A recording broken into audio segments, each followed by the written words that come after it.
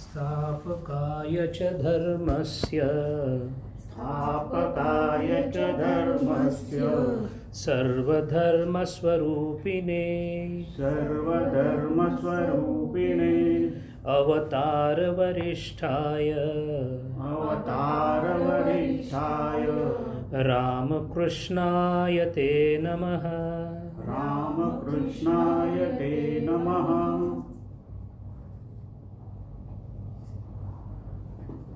हरि ओम.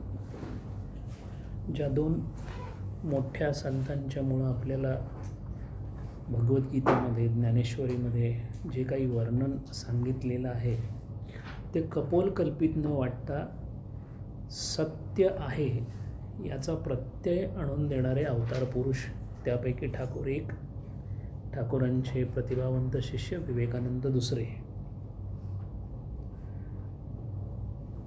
आपल्या बुद्धीच्या कक्षेमध्ये असणारे जे काही अनुभव आहेत त्या अनुभवांची मर्यादा फार म्हणजे अतिसीमित आहे. या विश्वामध्ये चैतन्याच्या अधिष्ठानाने ज्या ज्या गोष्टी ज्ञात करता येतात त्यापैकी अत्यंत कमी आणि तोकडी कोणती गोष्ट असेल तर मानवी बुद्धीची मर्यादा. याचा अर्थ आपण ज्या विश्वामध्ये वावरतो, ज्या विश्वामध्ये आपल्याला इतका त्रास होतो, आपल्याला हे विश्व इतकं मोठं वाटतं, आपल्याला नातीगोती इतकी जवळची वाटतात, आपल्याला जे काही चाललं आहे ते इतकं सत्य वाटतं, हा सगळा केवळ एक क्षणाचा खेळ ज्या ठिकाणी असू शकेल इतकं भव्य दिव्य असं ते चैतन्याचं विश्व आहे. या चैतन्य विश्वाचा फेरफटका मारणारे, या चैतन्य विश्वात रममान होणारे, या आपल्याला दिसणाऱ्या जगाच्या पलीकडं जाणारे असे जे पवित्र आत्मे आहेत, प्युअर सोल्स ज्याला म्हणतात, त्यापैकी बऱ्याच जणांनी आपली मुक्ती या विश्वातून करून घेतलेली आहे आणि त्याच्यानंतर ते मुक्त झालेले आहेत. त्यांचं परत येणं झालेलं नाही. ज्या मार्गाने गेले त्या मार्गाने ते कसे गेले हे कदाचित त्यांचा थोडासा अभ्यास करून आपल्याला समजेल, पण बहुतेक वेळा त्यांचा काळ हा निधिध्यासन म्हणजे ध्यानामध्ये गेल्यामुळं ते बहुतेक वेळेला समाजापासून दूर आहेत. असंख्य जीव इथे राहत असतानापैकी काही जीवांना परमेश्वराच्या कृपा आशीर्वादाने त्यांच्या साधनेनी जेव्हा उच्चतर अवस्था प्राप्त होते त्या अवस्थेनंतर ते या विश्वातून जसे जसे उन्मनी अवस्थेमध्ये जातात, जसे जसे प्रगतीच्या पथावर पुढे जातात, तसे तसे ते या विश्वाशी आपला संबंध सोडून टाकतात. एकदा या अवस्थेला पोचल्यानंतर या अवस्थेमध्ये पोचण्याची जी काही ठिकाणं आहेत पैकी एकच ठिकाण आम्हाला माहिती आहे, ते म्हणजे इंद्रियांच्या माध्यमातून बुद्धीने केलेला विस्तार. या पलीकडे आपल्याला काहीही माहिती नाही. जे इंद्रियांना कळतं, जे बुद्धीत सामावता येतं त्याबद्दलच आपण बोलू शकतो. ते सोडून काय असेल याची आपल्याला अजिबात कल्पना नाही. एक, साधनेमध्ये नेमकं आपण कुठे जातो, आपलं अस्तित्व कुठे असतं, कुठून आपण कुठं प्रवास करतो आणि शेवट त्याचा कुठे होतो याबद्दल आपल्याला काही कळू शकत नाही. शास्त्रांनी त्याबद्दलचे काढलेले उद्गार जे आहेत ते अनुभवातले जरी असले तरी ते अत्यंत गूढ आहेत, इसोटेरिक आहेत, त्यामुळे ते पटदिशी समजून येत नाहीत. आणि म्हणून या सगळ्याची संगत लावणं, अत्यंत साध्या सोप्या शब्दामध्ये आलेला अनुभव व्यक्त करणं, ही कला देवानी फक्त अवतारांसाठी ठेवलेली आहे. अवतार तुम्हा धराया कारण, तुकाराम महाराज कारण असं सांगतात की या विश्वामध्ये परमेश्वराचं अस्तित्व आहे आणि ब्रह्म अस्तित्वामध्ये आहे, ते आपलं खरं स्वरूप आहे. याच्यावरचा विश्वास प्रत्येकाचा त्याच्या आयुष्याच्या काळामध्ये अनेक वेळेला उडून जातो, समाजाच्या स्थित्यंतरामध्ये तो उडून जातो. समोर येणारे अनुभव बघितल्यानंतर असं काही असण्याची शक्यता याची कप्रदिकसुद्धा आपल्याला कल्पना येत नाही. किंबहुना अज्ञानाची व्याख्या करताना विचारसागर रस असं म्हणतो की मी ब्रह्म आहे, याबद्दल कप्रदिकसुद्धा शक्यता ज्याच्या मनामध्ये नाही तोच अज्ञानाने भारित आहे आणि त्यापैकी आपण एक आहोत याबद्दल काही शंका असायचं कारण नाही. म्हणून ठाकूरांची जीवनी पाहणं हा नवविधा भक्तीतल्या श्रवण भक्तीचा भाग आहे. समर्थ आपल्याला सांगतात की सगळ्या संतांची चरित्र वाचावीत. चरित्र वाचनामागचे 2-3 उद्देश आहेत. त्यातला प्रमुख उद्देश आहे की ज्याला साधनेच्या मार्गामध्ये नेमकी साधना आपली जी चाललेली आहे किंवा करण्याची इच्छा आहे ती कोणत्या तऱ्हेने असावी, त्यामध्ये काय काय होऊ शकतं, त्याच्यामध्ये असणारा पल्ला किती लांब आहे किंवा किती प्रकारचा आहे, त्याला किती मोठा पल्ला आपल्याला पार पाडायचा आहे ह्याची कल्पना थोडीशी साधकाला त्यांच्यामुळे येते. ठाकूरांनी केलेल्या साधना आपण आत्तापर्यंत पाहिल्या. 3 टप्प्यामध्ये साधना झाल्या. साधनेची सुरुवात त्यांच्या आणि कालीमातेच्या परस्पर संयोगानं झाली. सुरुवातीच्या काळामध्ये केवळ ठाकूरांचं मन हे त्यांचं गुरु होतं आणि साधनेच्या सुरुवातीलाच ठाकूरांनी आपल्या मनाची जी अवस्था होती, अवतार असल्यामुळे त्या मनाच्या माध्यमातून त्यांनी कालीमातेला आपलं करून घेतलं. इथंपर्यंत सगळं ठीक होतं. पण या अवस्थेत आल्यानंतर ठाकूरांचं मन ज्या अवस्थेमध्ये होतं त्या अवस्थेत गेल्यानंतर ठाकूरांनी कालीमातेला आपली एक समर्पण केलं. त्या समर्पणाला ठाकूर म्हणतात, मी माझं मन कालीमातेला देऊन टाकलं. याचा अर्थ असा होतो की जे काही ठाकूरांच्या माध्यमातून घडलं ते ठाकूरांनी घडवलं असं म्हणण्यापेक्षा, कारण त्यांचं मनच जर ठाकूरांच्या शरीरामध्ये नव्हतं तर जे काही ठाकूरांच्या मार्फत घडलं ते केवळ कालीमातेंनी घडवलं असंच असल्यामुळे हा केवळ त्या अनुभवाचा तार्किक भाग नसून तो अनुभवाचा भाग आहे हे सांगण्यासाठी ठाकूरांसारखे जे अवतार आहेत, ठाकूर स्वतः याबद्दल वर्णन करत असत. ठाकूर म्हणत असेल की माझी 3ऱ्या टप्प्यातली साधना पूर्ण झाल्यानंतर मला कळायला लागलं की मला कोणत्या तरी एका विशिष्ट हेतूसाठी आईने जन्माला घातलेला आहे. म्हणजे मी अवतार आहे याची जाणीव ठाकूरांना जिवंतपणी झालेली होती आणि मी अवतार आहे याची जाणीव त्यांना होण्याचं काय कारण असेल, कशावरून त्यांना असं कळालं असेल, तर त्यांना असं लक्षात आलं की आपली एक साधना झाल्यानंतर, आता साधनेमध्ये 2 प्रमुख विभाग असतात. एक विभाग हा सविकल्प समाधीचा विभाग आहे, एक निर्विकल्प समाधीचा विभाग आहे. एकामध्ये सगुण ब्रह्माची उपासना आहे, एकामध्ये निर्गुण ब्रह्माची उपासना आहे. प्रश्न असा येतो की सविकल्प समाधीमध्ये ज्याला जायचं आहे किंवा ज्याला सगुण ब्रह्माची उपासना करायची, तो आपल्या इष्टदेवतेच्या मार्फत इष्टदेवतेशी आपला एक प्रकारचा विशिष्ट संबंध प्रस्थापित करतो. तो जसा संबंध असेल तसा त्याच्या मनामध्ये भाव येतो. त्या भावाला पुष्टी देऊन, तो भाव बळकट करून, त्या भावाच्या माध्यमातून त्या इष्टदेवतेला आपलंसं करून घेतल्यानंतर आपल्या मनामध्ये इतर सर्व संकल्पांची वर्जता होऊन केवळ एक संकल्प उरतो, तो म्हणजे इष्टदेवता. त्याला सविकल्प समाधी असे म्हणतात. म्हणजे केवळ विकल्प आपल्या इष्टदेवतेचा राहतो. आणि असं होत असताना आपलं आपल्या इष्टदेवतेशी असणारं नातं हे कशाचं असू शकतं, तर सगळ्यात पहिल्यांदा जो भाव सगुण पूजेमध्ये प्रत्येक साधकाच्या आत उमटतो त्याचं नाव शांतीभाव असे. प्रत्येक गोष्टीची, प्रत्येक साधनेची सुरुवात ही शांतीने आहे. जोपर्यंत साधकाच्या मनामध्ये अनंत वृत्ती उठत राहतील तोपर्यंत त्याच्याकडून साधना होण्याची कोणतीही शक्यता नाही. म्हणजेच वृत्तीचं विरेचन किंवा वृत्ती कमी करणं किंवा वृत्ती कमी करत एकाग्र करण्यासाठी, इष्टदेवतेकडे आणण्यासाठी जेव्हा प्रवृत्ती जास्त उद्युक्त होते त्यावेळेला शांतीभाव प्रस्थापित होतो. असा जो साधक आहे तो भयंकर शांत वागायला लागतो. त्याच्या वागण्यामध्ये शांतता येते आणि शांतता येते याचाच अर्थ असा की बाहेरच्या कोणत्याही घडणाऱ्या घटनेनी, विचारांनी त्याची शांतता भंग पावत नाही. याचा अर्थ प्रारब्धाने त्याला ज्या परिस्थितीमध्ये ठेवलेला आहे त्या परिस्थितीचा त्याच्या शांतीवर परिणाम होत नाही. म्हणजेच साधक आपलं प्रारब्ध बदलत नाही, प्रारब्धाशी असणारा आपला जो सामना आहे त्याची पद्धत बदलतो. म्हणजे साधनेच्या पहिल्या पायरीमध्ये सगुण पूजेच्या माध्यमातून ज्या इष्टदेवतेची आपण पूजा करतो ती इष्टदेवता सगळ्यात पहिल्यांदा आपल्याला जे वरदान देते ते शांती वरदान आहे. नाथांना शांती ब्रह्म असं म्हटलं जातं. नाथ हे शांती या भावाचे अधिपती होते. म्हणून नाथांच्या संपूर्ण आयुष्यामध्ये त्यांच्या मनामध्ये कोणत्याही प्रकारचा अतिविकल्प येईल अशी कोणतीही घटना त्यांच्या आयुष्यामध्ये घडली नाही. किंबहुना घटना घडत गेल्या पण त्यांचा त्याच्यावर परिणाम झाला नाही.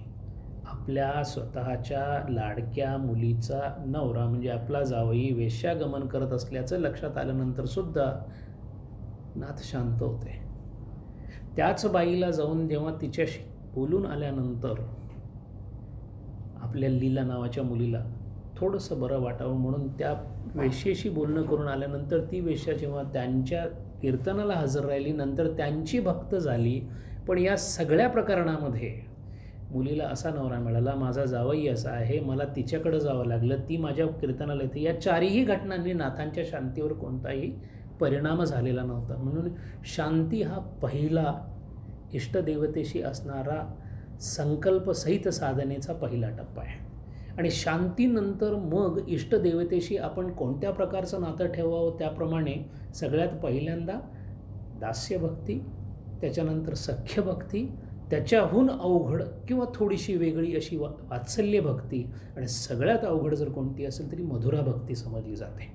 परमेश्वराला आपला पती मानणं आणि त्याची पतीप्रमाणे सेवा करणं, यामध्ये पत्नीचा पतीकडे असणारा केवळ शुद्ध भाव, ज्याच्यामध्ये कोणत्याही प्रकारच्या मोहाची अपेक्षा नाही, केवळ शुद्ध भाव, म्हणून राधेचं होणं हे सगळ्यात अवघड समजलं जातं. आपण अगोदर पाहिलेलं आहे ते. अशा 5 प्रकारच्या भूमिकेमधला एक जरी भूमिका प्रस्थापित झाली तरी सविकल्प समाधीचा अनुभव येतो. ठाकूर एक असे अवतार होते की यातल्या 5ही भावांना समर्पित होऊन 5ही भावांची एक भावाची एक वेळेला अनुभूती घेऊन मधुरा भावामध्ये असंख्य काळ त्यांनी व्यतीत केलेला होता. असा सगळा सविकल्प समाधीचा भाग संपल्यानंतर ठाकूर सविकल्प किंवा सगुण पूजेतून निर्गुणाकडे जेव्हा जायला शिकले, त्यावेळेला जेव्हा ते सगुणातून निर्गुणाकडे गेले त्यावेळेला त्यांनी त्याचं वर्णन केलेलं आहे. आणि म्हणून त्यांनी असं सांगितलं की अहंकार म्हणजे माझं असणं. प्रत्येक जीवाला मी आहे असं वाटतं, म्हणजेच त्याला मी हा अहंकार आहे. या अहंकाराला अल्प अहंकार असं म्हणतात. ठाकूर याला कच्चा अहंकार असं म्हणायचे. मी आहे असं वाटणं याच्यामध्ये वाईट काहीच नाही आहे. किंबहुना तुम्ही आहात असं तुम्हाला वाटतं, याचाच अर्थ आत्मतत्व तुमच्यामध्ये जागृत आहे म्हणून तुम्हाला तसं वाटतं. मी असावं असं मला वाटतं, हेच आत्मतत्वाची खूण आहे असं अद्वैतसुद्धा मांडतो. प्रश्न असा होतो की जेव्हा मी अल्पज्ञ समजून जीव या नात्याने या संपूर्ण विश्वामध्ये विश्वाला माझ्यापासून वेगळं करतो आणि मी आणि हे विश्व माझ्यापासून वेगळं असं समजतो, त्यावेळेला माझा अहंकार हा कच्चा किंवा अल्पज्ञ अहंकाराचा समजला जातो. ठाकूर अल्पज्ञ अहंकारावर कधीच नव्हते. आता आपण जे काही पाहतोय याला भावमुख अवस्थेचं विश्लेषण असं म्हणतात. ठाकूर नेमकं कुठं होते त्याची चर्चा करतोय आपण. ठाकूर सगुण पूजेमध्ये होते, सगुण पूजेतून निर्गुण पूजेमध्ये गेले, निर्गुण पूजेमध्ये गेल्यानंतर यापैकी एकही भाव शिल्लक राहत नाही. कारण जोपर्यंत भाव आहे तोपर्यंत भक्त आहे, जोपर्यंत भक्त आहे तोपर्यंत परमेश्वर आहे, जोपर्यंत भक्त परमेश्वर नातं आहे तोपर्यंत माया आहे. म्हणून ज्या साधनेमध्ये ही माया तुटून हा एकमेव असणारा एक संकल्प मनामध्ये ठेवून जी समाधी आहे, तो संकल्पसुद्धा जेव्हा विसर्जित केला जातो तेव्हा संकल्प गेल्यामुळं निर्विकल्प नावाची समाधी होते. निर्विकल्प या समाधीमध्ये ब्रह्म आणि ब्रह्माचं होणारी अनुभूती, ही अनुभूती झाल्यानंतर शरीराचा पूर्ण विसर पडल्यामुळं ज्याला ब्रह्मज्ञान झालेलं आहे असा जो कोणी आहे तो जर जीव कोटी असेल तर तो साधारण त्या अवस्थेमध्ये जास्तीत जास्त 21 दिवस राहू शकतो असं ठाकूरांनी सांगितलं. 21व्या दिवसानंतर तो आपल्या शरीराला सोडतो आणि तो ब्रह्मीभूत होऊन जातो. आता अल्प कोटी असणारा असा जो जीव आहे, हे असंख्य मुक्त होणारे जीव या प्रकारामध्ये आहेत असं ठाकूर म्हणायचे. कारण ज्यांनी ब्रह्माचं दर्शन घेतले किंवा ज्यांना ब्रह्माची अनुभूती झालेली आहे त्यांना पुन्हा निर्गुणातून सगुणात येणं इतकं सोपं नसतं. हे काम केवळ आणि केवळ अवतार करू शकतो. म्हणून ठाकूर एका बाजूला निर्विकल्प ब्रह्माची अनुभूती घेत होते, त्याच्यातून परत ते जेव्हा खाली येत होते त्यावेळेला ते परत या विश्वामध्ये येण्यासाठी, सगुणामध्ये येण्यासाठी सविकल्प समाधीचा अनुभव घेत होते. आणि सविकल्प समाधीचा अनुभव घेताना त्यांना मी या विश्वाकडे पाहतोय किंवा मी या विश्वात आहे याची संकल्पना त्यांच्या मनामध्ये असे, पण ती जी संकल्पना होती ती अल्पज्ञाची संकल्पना नसून सर्वज्ञाची असल्यामुळे त्यांना असणाऱ्या अहंकाराला उच्च अहंकार किंवा पिकलेला अहंकार असं ठाकूर स्वतः म्हणायचे. ते म्हणायचे याच्यामध्ये सुद्धा मी कुठं असायचो हे मी तुम्हाला सांगतो. म्हणून ठाकूरांचं वैशिष्ट्य असं आहे की ठाकूरांनी सगळं काही उघडं करून सांगितलेलं आहे. या उपनिषदाच्या तत्त्वज्ञानाशी धरूनच हे सगळं आहे. त्याच्यामध्ये ठाकूर असं म्हणायचे की जेव्हा मला मी विश्व आहे असं वाटायचं त्यावेळेला प्रत्येक या जगाकडे मी जेव्हा पाहायचो तेव्हा मला जग टक्क उघड्या डोळ्याने सगळं दिसायचं, पण त्याच्यामध्ये मला कोणी अशी व्यक्ती दिसत नव्हती. मला या विश्वामध्ये प्रचंड मायेच्या अधिपत्याखाली चाललेल्या उलतापालती सगळ्या दिसायच्या. एकाच वेळेला मला सगळ्या विश्वातल्या सगळ्या गोष्टींची जाणीव असायची. ही सर्वज्ञाची जाणीव म्हणजेच कालीमाता होणं किंवा म्हणजेच ईश्वर होणं आहे. पण ठाकूरांनी त्याच्यामध्ये आणखीन एक छोटीशी अशी हे काढलेली आणि सांगितलेली आहे. ते म्हणाले, कधी कधी मला माझ्या शरीराचा जर मी हात झालो तर हाताला शरीराची कल्पना येणार नाही, पण तो शरीराचा हात असेल तसा मी विश्वामध्ये या विश्वपुरुषाचा एक हात आहे असं सुद्धा मला कधी कधी जाणवत होतं. पण मला कधीही अल्पज्ञ असल्याची जाणीव आली नाही. आणि म्हणून मी जेव्हा जेव्हा निर्विकल्प समाधीमध्ये असो, त्याच्यापासून जेव्हा मी सविकल्पात यायचा प्रयत्न करू, त्यावेळेला माझ्या मनामध्ये मी कोणती तरी एक इच्छा पकडून ठेवत असे. मला तंबाखू खायला हवी, मला पाणी प्यायला हवं, असा एक विचार ठाकूर मनामध्ये धरून ठेवायचे. आणि तो विचार जसं एखाद्याने जप किंवा ध्यान करावा तसं तो विचारांच्या ध्यान करून ते खाली यायचे. परिस्थिती साधारण ठाकूरांची अशी होते की जे सामान्य माणसाला साधनेत करावं लागतं वर जाण्यासाठी, तशी साधना ठाकूर खाली येण्यासाठी करत होते. आपल्या सगळ्या शिष्यांना त्यांनी एकदा असं सांगितलं होतं की मला काहीतरी धरायला लागतं, त्याशिवाय मी खाली येऊ शकत नाही, तर मग तुमचं कल्याण कसं होणार, म्हणून मी काही ना काहीतरी कायम ठेवतो. आणि म्हणून ठाकूर बऱ्याच वेळेला ज्या ठिकाणी बसलेले असायचे, भावसमाधी इतकी सामान्य होते त्यांच्यासाठी की कोणत्या शब्दातून, कारण एखाद्या माणसाने तोंडामधून चुकून विष्णू असा शब्द काढला की ठाकूर भावसमाधीमध्ये जायचे. कारण विष्णू म्हटलं की विष्णूची मूर्ती, मूर्ती म्हटली की विकल्प, विकल्प झाला की सविकल्प, सविकल्पातून निर्विकल्पात, असे ठाकूर इतक्या लीलया जायचे. आणि या सगळ्या गोष्टीमुळं ठाकूरांना कालीमातेने सांगून ठेवलं होतं की तू भावमुखामध्ये राहशील. भावमुख म्हणजे तुझा पाय असतील निर्विकल्पामध्ये, तोंड असेल सविकल्पामध्ये. म्हणून ठाकूर या अवस्थेमध्ये असल्यामुळं ठाकूर सहज सांगताना सांगत की मला या जगामध्ये जे काही चाललं आहे ते सगळ्याच्या सगळं कालीमातेच्या कृपेने कळतं.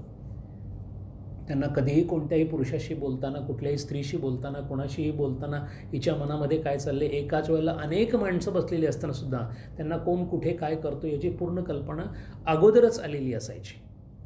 आणि गमतीचा भाग म्हणजे ठाकूरांनी आणखीन गोष्ट अशी एक सांगितली की मी ज्या अवस्थेमध्ये होतो त्या अवस्थेमध्ये ईश्वर सत्ता असल्यामुळे माझ्या प्रत्येक हालचालीला ईश्वराचं वजन होतं. आणि म्हणून ठाकूरांच्या तोंडातून जो जो शब्द निघाला तो सत्य आहे असं एका शिष्याने सांगितलं. म्हणजे नरेंद्र विवेकानंदच म्हणाले की ठाकूर तुमच्या तोंडातून आलेली प्रत्येक गोष्ट ही सत्य होते. ठाकूरांनी म्हणाले त्याच्यात थोडी सुधारणा करा. गोष्ट सत्य नसते, माझ्या मनात जो जो विचार होतो तो सत्यात येतो. ठाकूर सत्य बोलत नव्हते, ठाकूर ज्याचा विचार करत ते सत्यतेत अवतरत होतं. आणि हे जेव्हा त्यांना कळालं तेव्हा त्यांना कळालं की आपण एक अवतार पुरुष आहोत. यामध्ये कोणत्याही प्रकारचा गर्व किंवा दंभ नव्हता. ठाकूरांना 3 गोष्टी म्हटल्यानंतर खूप राग यायचा. त्यांना कोणी जर गुरु म्हटलं, त्यांना कोणी जर स्वामी म्हटलं आणि कोणी जर बाबा म्हटलं तर ते खूप चिडायचे. पुष्कळ वेळा असं झालेलं आहे की ठाकूरांच्याकडं आलेल्या कोणत्या तरी कफल्लक माणूससुद्धा, कफल्लक म्हणजे पैशाच्या दृष्टीने नाही, अध्यात्माच्या दृष्टीने कफल्लक आलेल्या माणसालासुद्धा ठाकूर गेल्या गेल्या सहज जायचे आणि तो आलेले त्याच्या पायाला हात लावून आपल्या कपाळाला त्याची माती लावायची. कारण ते म्हणायचे मी त्याच्याकडे जेव्हा पाहतो तेव्हा तो मला कोण आहे हे दिसतच नाही, मला तो आईचा आणखीन एक अवतार दिसतो आणि मी त्याचा सेवक आहे अशीच माझी भावना आहे. इतक्या नम्रतेच्या पातळीवर ठाकूर असायचे. ठाकूरांनी आपल्या मनाचं वर्णन खूप सुंदर केलेलं. एका तरुण मुलाने विचारलं, ठाकूर खूप प्रयत्न करतोय, खूप साधना करतोय, मनातून वाईट विचार जात नाहीत, काय करायचं? कोणत्या ना कोणत्या विषयाचे विचार माझ्या मनामध्ये राहतात. हा मोह, ही जी आशा आहे, हे जे मनामध्ये वाईट विचार आहेत हे कसे काढायचे? ठाकूरांनी उत्तर फार छान दिलेलं आहे. म्हणाले, कोणी सांगितलं तुला ते एवढं सोपं आहे? तुला काय वाटतं, मला ते सोपं वाटतं की काय? आणि मग त्यांनी स्वतःची कथा अशी सांगितली की पंचवटीमध्ये ध्यानाला बसलेले असताना चुकून त्याने सांगितले मनाची अवस्था कशी असते की इतकं शुद्ध मन ठेवल्यानंतरसुद्धा ते मन एकदा चुकून कुठे गेलं, कुठल्या मोहात नाही गेलं, पण मला कुठलाही मोह नाही या अभिमानात गेलं. मला कुठलाही मोह नाही हे कळल्याबरोबर त्यांच्या अशा लक्षात आले की आता मला मोह होणार आहे. कारण मोह नसल्याचा अभिमान झाला. हे कळाल्याबरोबर ज्या पंचवटीमध्ये साधनेला बसले होते त्या पंचवटीमध्ये आपलं कपाळ जमिनीला एवढा वेळ घासले की त्या कपाळातून रक्त यायला लागलं. आईची आठवण काढून की आई परत मी असं करणार नाही, पण मला या आशा आणि मोहाच्या जवळ घेऊन जाऊ नकोस. अशा प्रत्येक उदाहरणातून ठाकूरांनी हे दाखवून दिलं की अशा प्रकारची जी गोष्ट होते. म्हणून ठाकूरांच्याकडे कोणी येऊन म्हणाले की माझी साधना अशी चालली आहे, तशी चालली आहे. ठाकूर नेहमी एक गोष्ट म्हणत असत, देवाचा आशीर्वाद नसेल तर या जगात काही होऊ शकत नाही. केवळ स्वतःच्या प्रयत्नाने तू करशील असं जर तुला वाटत असेल तर ते तसं होणार नाही. त्याच्यामागे देवाचा आशीर्वाद हा लागतोच, कारण हे इतकं अवघड आहे की याच्यातून बाहेर काढण्याचं काम फक्त तोच करतो अन्यथा करतुम शक्ती असणारा फक्त करू शकतो. आणि म्हणून ठाकूर स्वतःला अवतार म्हणताना काही गोष्टी त्यांना स्वतःला जाणवत होत्या. ठाकूरांच्या बोलण्याची सत्यता हळूहळू त्यांनाही जाणवायला लागली होती. ठाकूरांच्या मनामध्ये विचार आला की आपण साधना करावी. हा विचार आल्याबरोबर आईला त्या साधनेशी अनुकूल सगळी साधनं आणावी लागायची. ठाकूरांना वाटलं की आपण निर्विकल्प समाधीचा अनुभव घ्यावा. तोतापुरी तिथं हजर झाले आणि ज्या वेळेला हा विचार आला त्या दिवशी हजर झाले. ज्यावेळेला त्यांना असं वाटलं की तंत्राची साधना करावी त्या दिवशी ते हजर झाले. ज्या दिवशी षोडशी पूजा करावी वाचली त्यावेळेला त्यांचं लग्न झालेलं होतं. ज्यावेळेला त्यांना असं वाटलं की जीसस ख्राईस्टची आपण पूजा करावी त्यावेळेला बरोबर शंभूचरण मलिकांच्या घरी बायबल आणि मॅडोनाचं चित्र पाहायला मिळालं. ज्यावेळेला असं वाटलं की सुफी धर्माची आपण हे थोडीशी साधना करावी त्याच वेळेला गोविंदराय तिथे आले. त्याच्यानंतर गोविंदराय कुठेच नव्हते. ज्यावेळेला निर्विकल्प समाधी संपली त्याच्यानंतर 9 महिन्यांनी तोतापुरी जे निघून गेले ते परत कधीच आले नाहीत. असं बऱ्याच वेळा झाल्यानंतर त्यांच्या असं लक्षात आलं की जे काही या शरीरातून होतं आहे ते केवळ आणि केवळ आई करून घेते आहे.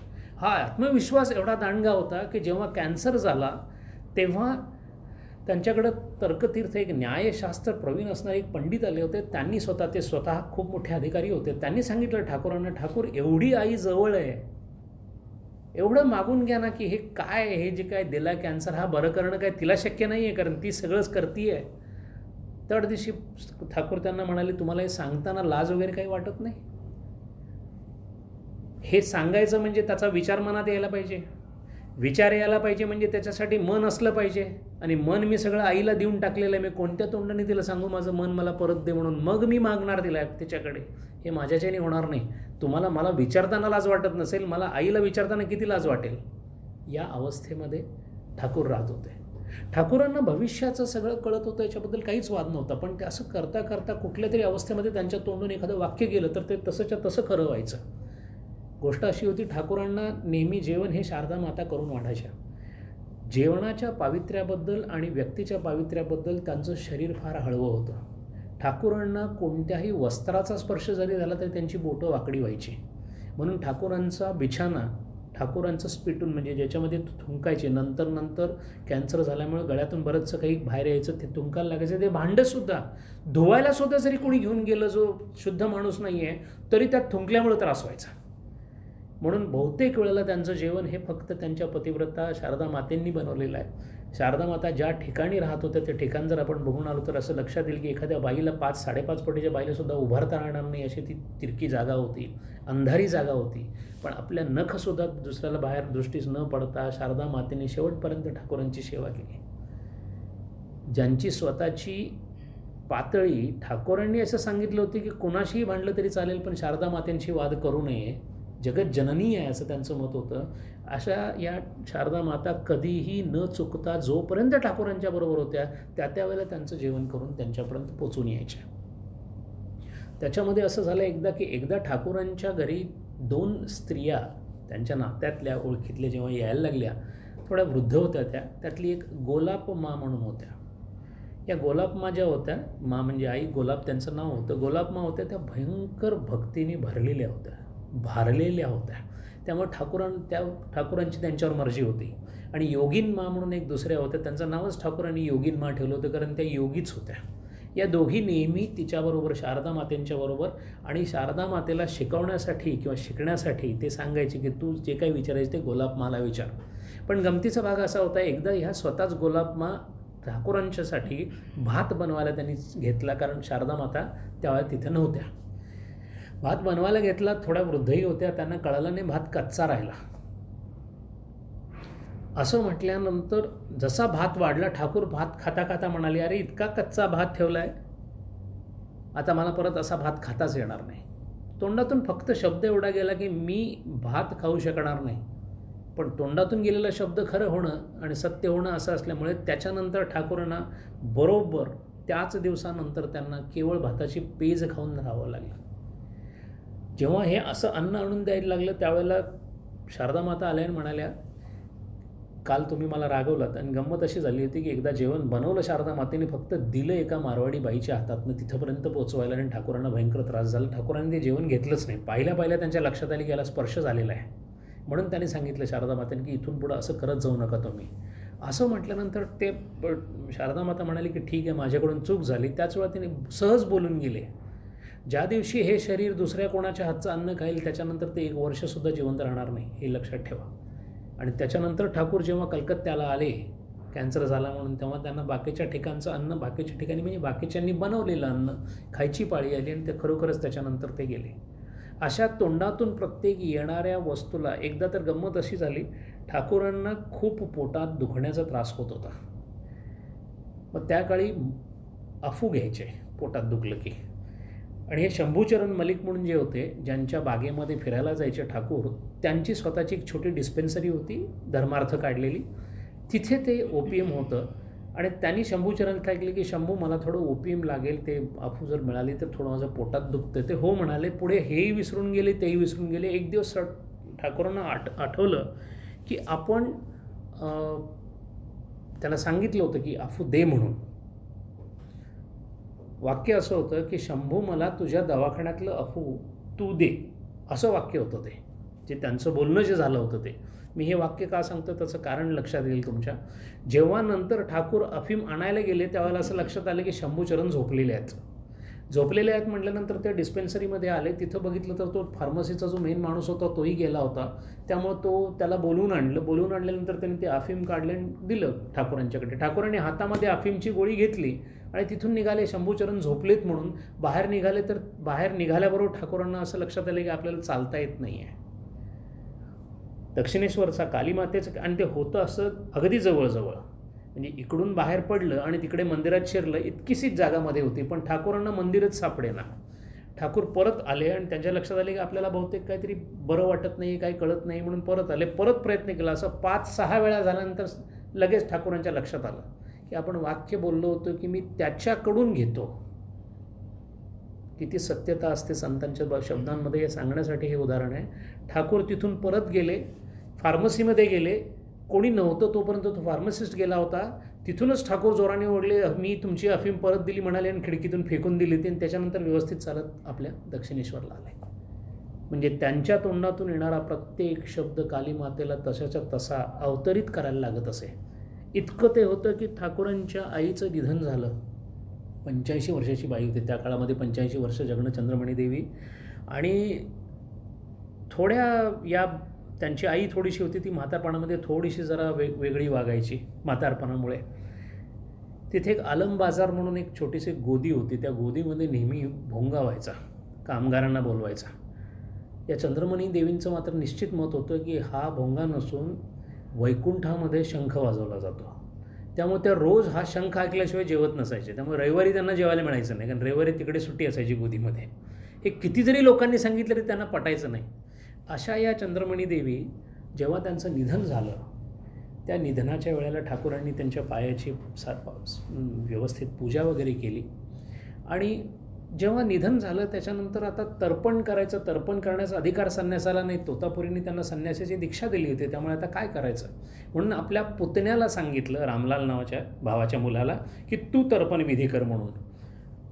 त्यांनी तर्पण विधी केला. बाकीच्या लोकांचं असं मत झालं की अरे समोर मुलगा आहे, शंकराचार्यांनी सुद्धा शेवटी चितेला अग्नी दिलाच ना, मग यांनी केलं तर काय असा फरक पडणार आहे. म्हणून सगळ्यांनी आग्रह केला. म्हणून फक्त तर्पणाचं पाणी हातातून फक्त खाली सोडायचं होतं. एवढं करण्यासाठी ठाकूर उभा राहिले. हातामध्ये पाणी पडल्याबरोबर सगळी बोटं वाकडी झाली आणि सगळं पाणी खाली पडलं. कदाचित एकदा झालं असेल म्हणून तिथं जो पंडित होता त्यांनी दुसऱ्यांदा तर्पणासाठी हातामध्ये पाणी दिलं. असं 5-6 वेळा झाल्यानंतर ठाकूरांनी सांगितलं की मला तर्पण करता येणार नाही. याला संन्यास म्हणतात. जो संन्यास असतो तो संन्यास कशा प्रकारचा, या सगळ्या संन्यासाचं वर्णन उपनिषदांमध्येही आलेलं आहे आणि गीतेमध्ये सुद्धा आलेलं आहे. पण संन्यासी हा असा असतो कारण त्याचा जर तर्पण करण्याचा अधिकारसुद्धा आहे, कारण त्याचा कोणत्याही प्रकारचा संबंध त्याच्या कुळाशी नसतो, त्याच्या मातेशी नसतो, त्याच्या पित्याशी नसतो. पण खरा संन्यासी असेल तर तो कसा लागू पडतो हे इथं पाहण्यासारखं होतं. अशाच याच्यामध्ये ठाकूरांची आणखीन एक सांगण्यासारखी गोष्ट अशी घडली होती की ठाकूर सगळ्या उपनिषदांच्या शंकांची उत्तरं अस्खलितपणे देत असत. ठाकूरांचं वाचन कुठे झालं होतं हा एक फार मोठा प्रश्न होता. आणि ठाकूरांना हा प्रश्न नरेंद्रांनी विचारला. ठाकूरांना जेवढे आडवे तिडवे प्रश्न विचारलेत ते फक्त स्वामी विवेकानंदांनी विचारलेत. बरं, तेवढा अधिकारी होता. ठाकूर त्यांच्यावर कधीच रागवायचे नाहीत. बाकीमध्ये कोणी काय बोललं तर ठाकूर कधी उत्तर पण द्यायचे नाहीत. पण नरेंद्रांना मात्र तो पूर्ण अधिकार होता. आणि म्हणून जेव्हा ते तर्कतीर्थ येऊन विचारून गेले की तुम्ही का आईला सांगत नाही कॅन्सर बरा करायला, आणि त्यांना असं फटदिशी बोलून गेले रामचंद्र की तुम्हाला लाज वाटत नाही काही विचारायला म्हणून, एवढं झाल्यानंतर सगळे शांत झाले होते. नरेंद्र फक्त शांत नव्हते. ते म्हणाले तुम्ही त्यांना म्हटलं ठीक आहे पण आई तुमचं ऐकते ना. तर ठाकूर दुसरं कोणी असतं तर म्हटले असते मी उत्तर दिलेलं आहे ना, पण आता नरेंद्र म्हटल्यानंतर म्हणाले नरेंद्र अरे असं कसं म्हणतोस तू, मी आईला कसं मागून घेऊ, मी हे मागताना मला लाज वाटणार नाही का. ते म्हणाले मग आमच्यासाठी तरी मागून घ्या तुम्ही, तुमच्यासाठी नको, आम्हाला तुम्ही आहात ना, तुम्ही जगावं असं आम्हाला वाटतंय तेव्हा तुम्ही जाऊन मागून घ्या. त्याबरोबर शारदानंद स्वामी तिथंच होते, अभेदानंद स्वामी तिथंच होते. तेही म्हणाले ठाकूर बघा ना, तुम्ही सांगा ना, आई तुमचं ऐकते अमुक तमुक. ठाकूरही लहान मुलासारखे होते. ते म्हणाले तुम्ही सगळे असं म्हणत असलं मग एकदा खरोखर विचारून बघतो, प्रयत्न करतो म्हणाले. मी खात्री देणार नाही कारण मला मागता येत नाही आईकडं काही. आणि खरोखरच ते समाधीमध्ये गेले आणि आईला जाऊन विचारलं. पहिलीच गोष्ट अशी विचारली की आई हे शरीर इतकं शुद्ध आहे, इतकं पवित्र आहे, तुझं शरीर आहे, तुझा वास आहे या शरीरामध्ये. ठाकूर पूजेच्या अगोदर एक गोष्ट फार महत्त्वाची सांगत असत. ते म्हणतात मी पूजेला कसा बसतो ध्यानाला, तर ध्यानाला बसताना जसं शुचिर्भूत होतो आपण, हात पाय धुतो ना, तसं मी माझं मन धुतो म्हणायचे. ते माझ्या मनामधून थोडे जरी काही या जगातले विचार, धुवायचं म्हणजे काय की या जगामध्ये थोडा वेळी जेवलो, थोड्या वेळी खाणं खाल्लं याची स्मृती तरी थोडी राहील ना, ती स्मृतीसुद्धा त्यांना नको असायची. ती सगळी एखादं भांडं धुवावं तसं ते मन धुवायचे असं त्यांनीच लिहिलेलं आहे. आणि मग पूजेला बसायचे. तसं असल्यामुळे ते आईला म्हणाले आई हे एवढं शुद्ध सगळं करून तू घेतलेस माझ्याकडून कशासाठी, तू माझ्या घरात राहायला येणार म्हणून. मग असं असेल तर तुझ्या घरात ही घाण कशी काय, हा कॅन्सर कसा काय. आणि मग त्याला उत्तर आईने दिलं. ते तसंच उत्तर होतं. आई म्हणाली मी काय करू, तू लोकांची प्रारब्ध स्वतःकडं घेतोस, मग त्या प्रारब्धाचा भोग कुणी भोगायचा. या जगामध्ये जितकी लोकं तुझ्याकडं आली त्यातले एकालाही तू नाही म्हणून सांगितलंस. ठाकूर म्हणाले मी कुठं नाही म्हणून सांगितले, माझ्यामध्ये कोण आहे, तू आहे, तू नाही म्हणालीस. ती म्हणाली मी नाही म्हणाले हे बरोबर आहे, मी तुझ्या शरीरात हेही बरोबर आहे, पण शरीर मला नाही तुला आहे. त्यामुळं प्रारब्धाच्या नियमानुसार करणं. आपण सगळेच्या सगळे आता कुठे आहोत, मायेत आहोत. मायेत जसं व्हायला पाहिजे तसंच व्हायला पाहिजे. त्याप्रमाणे सगळीच्या सगळी घाण मी एका ठिकाणी आणून ठेवलेली आहे, तीच कॅन्सरच्या रूपानं बाहेर येते. तुला आत्ता होणाऱ्या जेवढ्या वेदना आहेत त्या सगळ्या वेदना, आत्तापर्यंत जितक्या लोकांच्या वेदना तू घेतलेल्या आहेस त्या सगळ्या वेदनांचा तो परिपाक आहे. असं बोलणं झाल्यानंतर मग ठाकूरांनी दुसरा प्रश्न विचारायचं असं होतं हे बरं का करत नाहीस म्हणून. तेवढं विचारण्याचं धाडसच झालं नाही. मग त्यातल्या त्यात कमी काय विचारावं. मग त्यांनीच असा विचार केला की आपली शिष्यांना असं वाटतं की मी भरावं कशासाठी, तर त्यांच्याकडून बघवलं जात नाही की कोणतंही अन्न तोंडात घातलं म्हणजे पेज भात पाण्याची तीसुद्धा बाहेर पडायची, आणि बाहेर पडताना त्याच्याबरोबर रक्ताचा लोट लागायचा. हे बघवत नव्हतं म्हणून विचारत होते. म्हणून फक्त आईला एवढेच म्हणले की आई थोडीशी खीर किंवा असं काही पातळ केलं असेल ना तर तेवढं घशातून खाली जाऊ दे, असं काही करता येईल का गं तुला. ताबडतोब आईने असं उत्तर दिलं की अरे गदाई तू तुझ्या तोंडातून केव्हापासून जेवायला लागलास. ही एवढी तोंडं सगळी जेवणारी ती कुणाची आहेत, त्यातल्या एका तोंडामध्ये तुझ्या फक्त खीर किंवा काही जात नाही याची तुला एवढी काळजी लागलेली आहे. त्याबरोबर ठाकूरांनी साष्टांग नमस्कार घालून मातेचं क्षमा मागितली आणि सांगितलं आई माझ्याकडून अशी चूक पुन्हा होणार नाही, मी फार मोठा अपराध केला आहे. जेव्हा शुद्धीवर आले तेव्हा त्यांनी नरेंद्र वगैरे सगळ्यांना सांगितले की तुम्हा लोकांना काही कळत नाही का. म्हणाले माझ्या देहासाठी मी काय मागत होतो, असा जघन्य अपराध मी माझ्या आईसमोर केला, हे तुमच्यामुळं झालं. परत आता असलं काही प्रकरण काढू नका, कारण आईने असं सांगितलंय तुम्ही सगळे जेवताय ना म्हणजेच मी जेवतोय.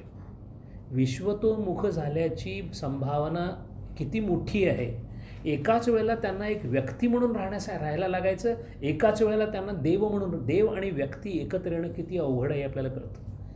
ठाकूरांची परिस्थिती अशी होती की ठाकूरांना कोणाचे दुःख सहन व्हायचं नाही. दुःख सहन व्हायचं नाही त्याचं कारण असं होतं की ठाकूर विद्या मायेत होते. ठाकूरांनी त्याचं सुद्धा उत्तर दिलेलं आहे. माया दोन प्रकारची असते, आपण फारसं त्याच्याबद्दल चर्चा केलेली नाही. मायेची दोन प्रकरणं आहेत. एक माया अविद्या माया आहे, एक विद्या माया नावाची माया आहे. अविद्या मायेमध्ये काय होतं सांगण्याची अजिबात गरज नाही, आपण सगळेच त्यात आहोत. कारण अविद्या मायामध्ये जितकं इंद्रियांनी जे काही मिळतं, जे काही भोग आपण घेतो ते सगळे अविद्या मायेचे आहेत. पण विद्यामायेमध्ये मात्र असं होतं की इंद्रियातीत गोष्ट पण मायेच्या अंतर्भूत असणारी अशी ती माया अंतर्भूत अविद्या जी आहे त्याच्यामध्ये काय होतं, करुणा येते. करुणा हा जो भाव आहे, कंपॅशन किंवा जगाच्या कल्याणासंताच्या विभूती, कल्याण होतंय, कल्याण केलं पाहिजे, सगळ्यांचं चांगलं व्हावं, ही भावना निर्विकल्पात असू शकत नाही. कारण जगच नाही आणि काहीच नाही तर त्याचं कल्याण कसं होणार आहे. पण जर सविकल्पात असेल तर मात्र अतिशय उच्च अशी वासना आपली शिल्लक राहते. त्याला सात्विक वासना म्हणतात. म्हणून संतांच्या वासना सात्विक असतात, कारण ते विश्वतोमुख असतात.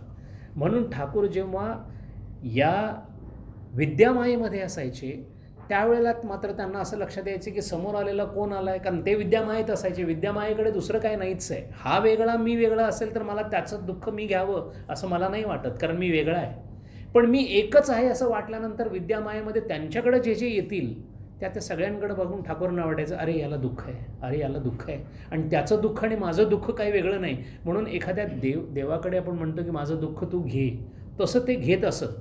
एकदा पांढरे डाग पडलेला माणूस आला होता, लिकोडर्मा ज्याला म्हणतात. तो आला आणि त्याला खूप लोकांनी म्हणजे बऱ्यापैकी त्याला समाजामध्ये त्रास झाला होता, कारण त्या काळी कुष्ठरोग आणि पांढरे डाग हे एकच समजले जायचे, आणि तो कुष्ठरोग नव्हता.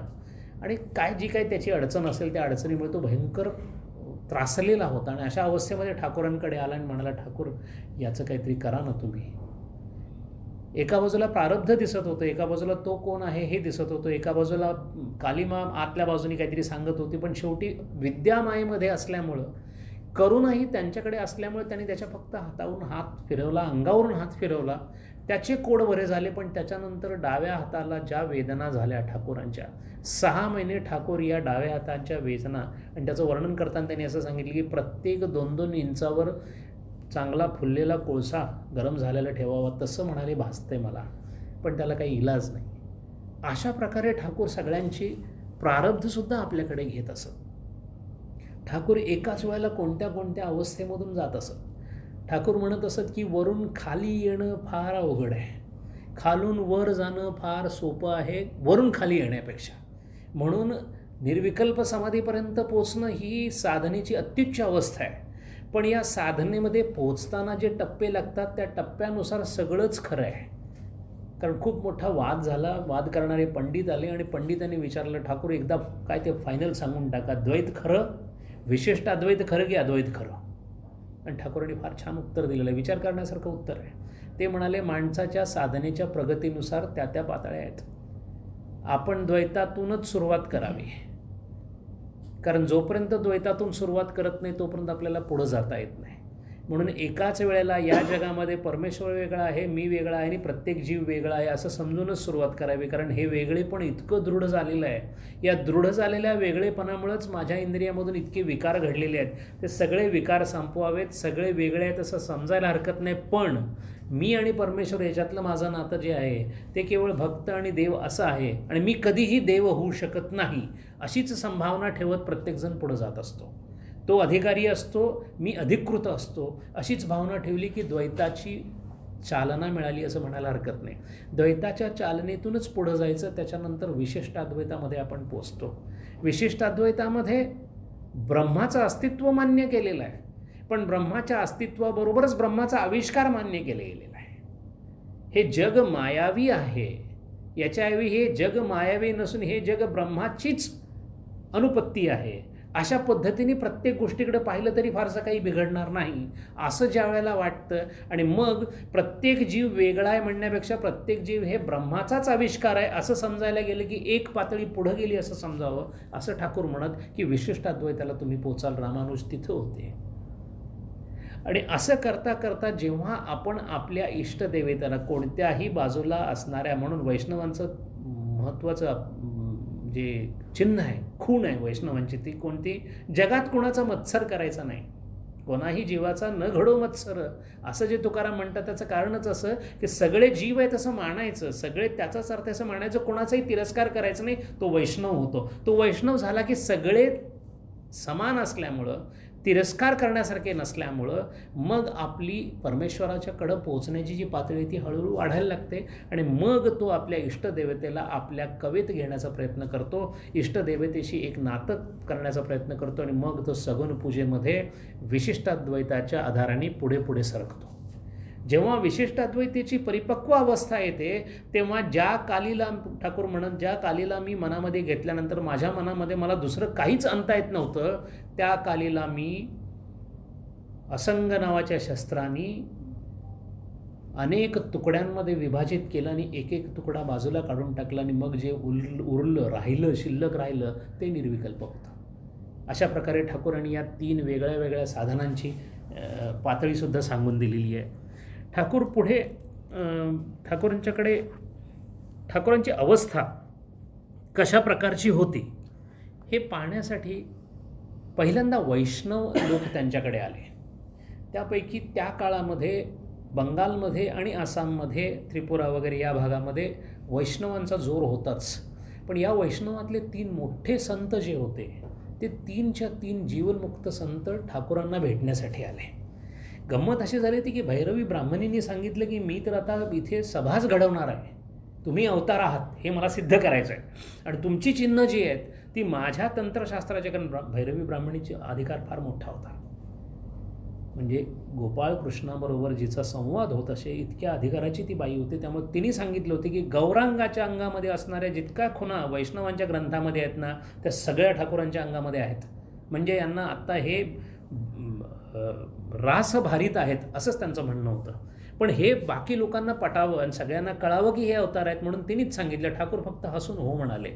तेव्हा यांचं ठाकूरांचं वैष्णवांच्या मार्फत अवतारित्व सिद्ध करावं म्हणून पंडित पद्मलोचन, पंडित वैष्णवचरण आणि पंडित गौरी असे 3 पंडित आले.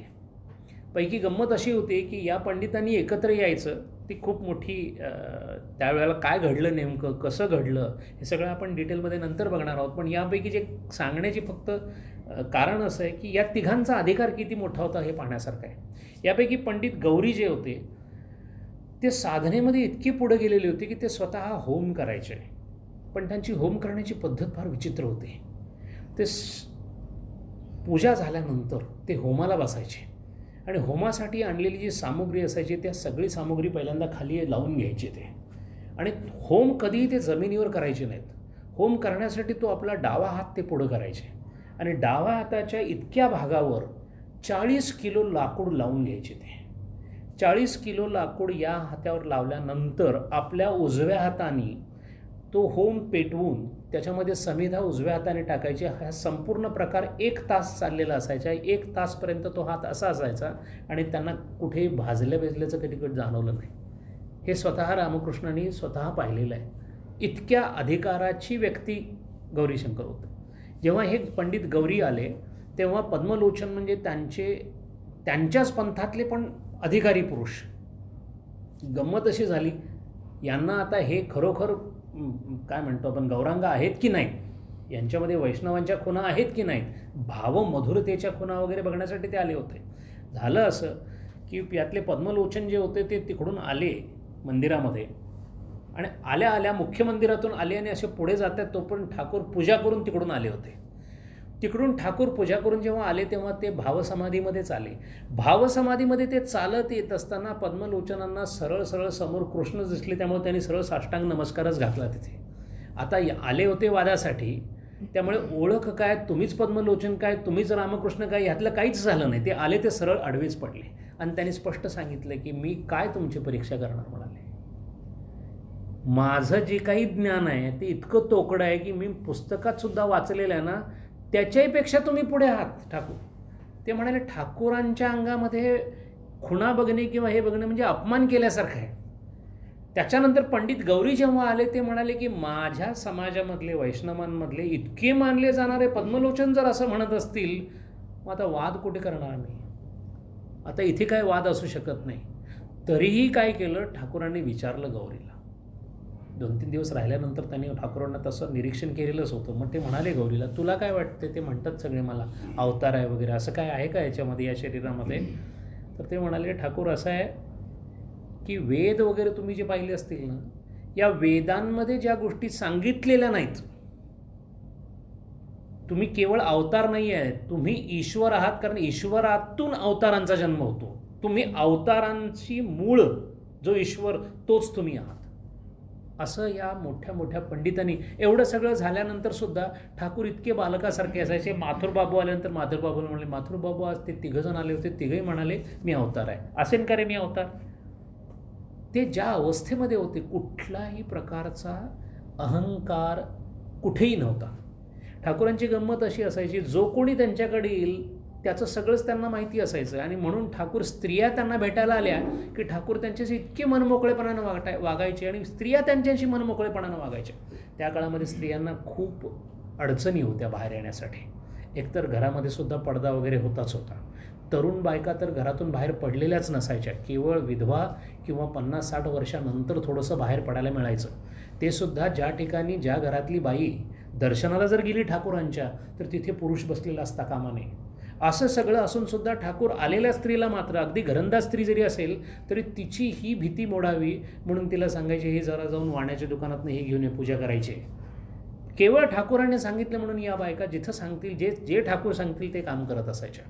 आणि त्यावेळेला ठाकूरांनी 3 गोष्टी सांगितल्या की ते म्हणाले, लाभ, भय आणि तिरस्कार, या 3 गोष्टी जोपर्यंत आपल्याकडे आहेत तोपर्यंत आपण परमेश्वराच्या जवळ जाऊ शकत नाही. ठाकूरांना म्हणायचं असं होतं की तुला जर माझ्याकडे तुम्हाला यायचं असेल तर या 3 गोष्टी तुम्ही सोडून द्या, लाभ, भय आणि तिरस्कार. पण म्हणताना ते एवढंच म्हणायचे की काली मातेचा असा आदेश आहे की तिच्याजवळ जायचं असेल तर या 3 गोष्टी असू नयेत. आलं ना मनामध्ये, काली मातेचं ध्यान करता करता डोळ्यातून पाणी वाहतंय ना, लोकांना काय वाटेल असा विचार करायचा नाही, त्याच्यात लाज असता कामा नये. म्हणून देवाच्या समोर नाचायचं असेल तर अगदी दिलखुलास होऊन नाचावं. देवाच्या आठवणीने डोळ्यामध्ये पाणी येणार असेल तर येऊ द्यावं. तो भाव तशाचा तसा पुढे यावा. ठाकूरांच्या डोळ्यातून कधी कधी पाणी आल्यानंतर त्यांचं ज्या बेडवर, बिछाण्यावर बसायचं त्याचं बेडशीट धुवायला टाकायला लागायचं, एवढं भिजायचं. भाव जेव्हा भावबळे आकळे एरवी नाकळे करतळी आवळे त्याचा हरी. म्हणून हरी किंवा विठ्ठलाला किंवा इष्टदेवतेला, कालीमातेला जेव्हा आपण भावामध्ये, जेव्हा एकदा सविकल्पाकडे आपण गेल्यानंतर ती आणि मी, तो आणि मी, याच्याशिवाय दुसरं काही असू नये. आणि त्याच्यासाठी तशा भावना उचंबळून येणे हेच. म्हणून ठाकूरांनी असं सांगितलं की अरे साधा राग आला तर अंग थरथरतं, भीती वाटली तर कंप सुटतो. जर इंद्रियांच्या मार्फत होणाऱ्या वृत्तीज्ञानामध्ये जर इतका शरीरामध्ये बदल होत असेल तर साधनेमध्ये किती बदल होत असतील. आणि म्हणून असं म्हणतात की ठाकूरांची सौंदर्य, राधेचं सौंदर्य जे बोललं जातं ते आम स्त्रीच्या सौंदर्यासारखं नाही आहे. राधेचं सौंदर्य हे तिच्या त्या अवस्थेचं सौंदर्य आहे. मीरेचं सौंदर्य हे तिच्या अवस्थेचं सौंदर्य आहे. म्हणून कोणताही जीवनमुक्त आत्मा हा पैदाइशी सुंदर दिसायला होता वगैरे असं नाही आहे. म्हणून कृष्ण किंवा विठ्ठलाचं रूप बघायला गेलं तर आपल्याला ते काळा दगडच दिसतो. विठ्ठलाच्या रूपामध्ये किंवा त्याच्या काळ्या त्या स्वरूपामध्ये एक प्रकारचे सौंदर्य ते फक्त त्या भाव असलेल्या माणसालाच कळतं, असं ठाकूरांनी स्वतः सांगितलेलं आहे. म्हणून ते म्हणायचे की पहिल्यांदा तुम्ही सुरुवात केली कोणत्याही साधनेला, ठाकूरांनी हे सगळं विशद करून सांगितलेलं आहे. ठाकूर म्हणाले, बोलता बोलता विषय चालला होता, ठाकूर म्हणाले, अरे असं आहे, चैतन्याशिवाय या जगामध्ये काहीच चालत नाही. ठाकूर म्हणाले, तुम्ही माझ्या समोर येऊन बसलाय, माझं सगळं ऐकताय, हे कोण शक्य करतंय? कोणामुळे तुम्ही बोलताय, कोणामुळे तुम्ही ऐकताय, कोणामुळे तुम्ही बसताय? हे सगळं ज्याच्यामुळे होतं ते चैतन्यामुळे. त्या चैतन्याचा ठसा तुमच्या शरीरामध्येच त्यांनी वाढून ठेवलेला आहे. काही शिष्यांनी थोडंसं विचारल्यानंतर ते म्हणाले, मूलाधारात आहे काय? मूलाधारामध्ये तुम्ही जितक्या कल्पना, जितक्या इच्छा, जितक्या वासना करता त्या सगळ्या वासनांचा प्रतिध्वनी, त्या सगळ्या वासनांचा संस्कार हा मूलाधारात आहे. ते म्हणाले, या संस्कारांचा मूलाधारामध्ये असणारा, म्हणून त्या संस्कारांना चालना देण्यासाठी मूलाधारातून चेतना बाहेर येते. ते म्हणाले, ज्याची कुंडलिनी जागृत झालेली नाही त्याची सुद्धा मूलाधारामध्ये अस्पष्ट चेतनेची जाणीव झाल्यामुळेच तुम्ही आता जे जे काही करतायत त्याच्यामध्ये जी गंमत वाटते, त्या गंमत वाटण्यामागचं जे काही सूत्र आहे ते सूत्र त्या मूलाधारामध्ये आहे. म्हणून ठाकूर म्हणायचे की या मूलाधारामध्ये असलेली कुंडलिनी मी स्वतः पाहिलेली आहे. एकमेव अवतार असा आहे की ज्यांनी कुंडलिनीच्या प्रयोगाबद्दल नुसतं वर्णन केलेलं नाही आहे. म्हणायचे लिहून घ्या, मी सांगतो तुम्हाला.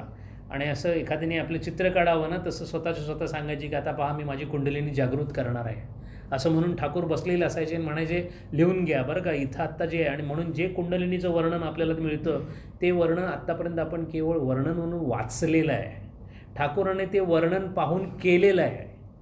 ठाकूर म्हणायचे ती त्रिकोण आहे तिथे, त्या त्रिकोणामध्ये मी ते सर्पाकार वेटोळं घातलेली कुंडलिनी मला दिसती आहे आणि ती तिथून त्या मूलाधारापासून आत्ता वर जाती आहे. आणि हे लिहून घेतलेलं आहे. आत्ता ती मूलाधारातून निघाली, आता स्वाधिष्ठानाकडे चाललेली आहे. आता स्वाधिष्ठानाकडे गेलेली, स्वाधिष्ठानाकडून आता ती हळूहळू पुढे मणिपूर चक्राकडे पोचलेली आहे. मणिपूर चक्राकडून आता अनाहतकडे आलेली आहे. ठाकूरांचा रंग बदलत जायचा, ठाकूर तेजस्वी होत जायचे, एका बाजूनी बोलत असायचे. आणि आता अनाहताकडून ते पुढे कुठे आलेले आहे म्हणून सांगायचे, विशुद्धाकडे आलेले म्हणायचे, विशुद्धातला ध म्हणायचे आणि बोलणं बंद होऊन जायचं. ठाकूर थोड्या वेळाने परत खाली यायचे आणि म्हणायचे काय झालं, मी बोललो नाही का काही. लोक म्हणायचे तुम्ही विशुद्धातल्या धपर्यंत गेलात, पुढे बोलला नाही. ठाकूर म्हणायचे आपण परत करू. काय अधिकार असेल बा एखाद्याने एखाद्या हुकमावर एखाद्या प्राण्याला नाचवावं तसं स्वतःची कुंडलिनी. ठाकूर वरिष्ठ अवतार का म्हणतात त्याचं उदाहरण आपल्याला कळतं. असं 2-3 वेळा झाल्यानंतर ठाकूरांनी मग असा निर्णय दिला की विशुद्ध चक्र आणि आज्ञाचक्राच्या मध्ये थोडंसं मी विशुद्धाच्या पुढे जाऊ शकतो, तोपर्यंत 1-2 शब्द दिसतात. त्याच्यानंतर आई गळा बंद करते, त्याच्यानंतर काही दिसत नाही. शिष्य पण तेवढेच तगडे होते. ते म्हणायचे पुढं काय आज्ञाचक्रात काय दिसतंय. तर ते म्हणायचं अरे बघ एकदा इथून गेलो ना की जेव्हा मी विशुद्ध चक्राच्या पुढे जातो तेव्हा आज्ञाचक्र भ्रूमध्रावर आलो की मला तिथून एखाद्या माणसाला दूरवरून समुद्राचं पाणी दिसावं ना तसं ब्रह्म दिसतं. मग काय होतं ते म्हणाले आत्ता तिथेच जर मी थांबलो तर मला अत्यंत झिरझिरीत पातळ अशा कपड्यातून जर एखादी वस्तू कशी दिसावी ना तसा हा समुद्र दिसतो. आणि मग काय होतं एकदा मी त्या पडद्याच्या पुढे गेलो, विशुद्ध चक्रातून ह्या आज्ञाचक्रातून पुढे गेलो की मी सहस्त्राला पोचतो. मग काहीच कळत नाही, काहीच सांगता येत नाही. ठाकूर म्हणाले एकदा जर तुम्ही सहस्त्रार चक्राला जाऊन पोचलात की एकदा पोचल्यानंतर त्या कुंडलिनीला परत येणं हे अत्यंत दुरापास्त असतं. ते केवळ अवतारांना जमतं. म्हणून जो तिथे गेला त्यांनी त्याचं देह तादात्म्य संपलं, तो सहस्त्रारात थांबला. 21 दिवसामध्ये शरीर एखादं वाळलेलं पान पडावं तसं पडून जातं आणि तो निघून जातो. ज्ञानदेवांनी संजीवनी समाधीने ज्यावेळेला घेतली त्यावेळेला याच प्रयोगाचा प्रयोग करून आपल्या सहस्त्रारामधून आपले प्राण बाहेर काढून घेतले. त्याचा परिणाम म्हणून एखादा रक्ताचा थेंब फक्त नाकातून बाहेर आल्यासारखा दिसतो, असं काहींच आहे. काही ठिकाणी चक्क इथे फुटल्याचा आवाज यावा तसा सहस्त्राराचे तिथे आवाज येतो आणि त्या आवाजाबरोबरच समजतं की समाधी संपलेली आहे, म्हणजे आता या शरीरात काही राहिलेलं नाही आहे. असं पुष्कळ वेळेला होतं. पण या सगळ्या प्रकाराचं साध्यंत वर्णन करण्याइतपत अधिकार फक्त ठाकूरांच्याकडे होता. आणि मग ठाकूर सांगायचे की इथं गेल्यानंतर जो आज्ञाचक्रावर पोचला तो खाली यायला लागला की तो खाली आला तर किती खाली येतो. ठाकूर म्हणाले खाली जरी आला तरी तो मणिपुराच्या खाली येत नाही. आणि मणिपुराच्या खाली येत नाही म्हणून त्याला कोणत्याही इंद्रिय आणि वासनांचा त्याला स्पर्श होऊ शकत नाही. ते म्हणाले मूलाधारामधूनच ज्याची शुद्धता झालेली आहे त्याच्यानंतरच त्यांनी वर जायचं आहे. बरं हे सगळ्याच्या सगळं ही चक्र जे आहेत विचारणाऱ्यांनी पण खूप विचारून घेतलेलं आहे. अगदी आपल्या शंका मिटून जाव्यात म्हणूनच अवतार आलेले आहेत. विचारलं असं की कुठे गळ्याजवळ विशुद्ध चक्र आहे ना, तर ठाकूर म्हणाले हो गळ्याजवळ म्हणजे गळ्यात नाही बरं का. ही सगळीच्या सगळी चक्र जी आहेत ती मेरुदंडाच्या आतमध्ये असणारा जो पोकळ भाग आहे त्याला सुषुम्ना म्हणतात. त्या सेंट्रल कॅनालिस असं ज्याला इंग्रजीमध्ये अनाटॉमीमध्ये म्हणतात.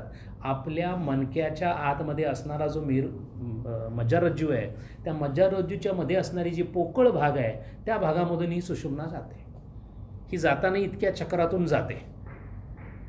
एवढं झाल्यानंतर लोकांना वाटलं की आपण कुंडलिनीचं बरंचसं काहीतरी विचारून घेतलं आणि प्रत्यक्ष सगळं झालेलं आपल्याला कळालं, अजून काय राहिलं नाही. तेवढ्यात ठाकूर म्हणाले थांबा, आणखीन एक गोष्ट सांगतो. कारण प्रत्येकाचं काम असं होतं की एकदा परमेश्वराच्या आशीर्वादाने गुरूच्या सहाय्याने ही कुंडलिनी ही सुषुम्ना सहस्त्रारापर्यंत जाऊन पोचते. कारण सहस्त्रारामध्ये ईश्वर तत्व आहे, मूलाधारामध्ये मनुष्य तत्व आहे.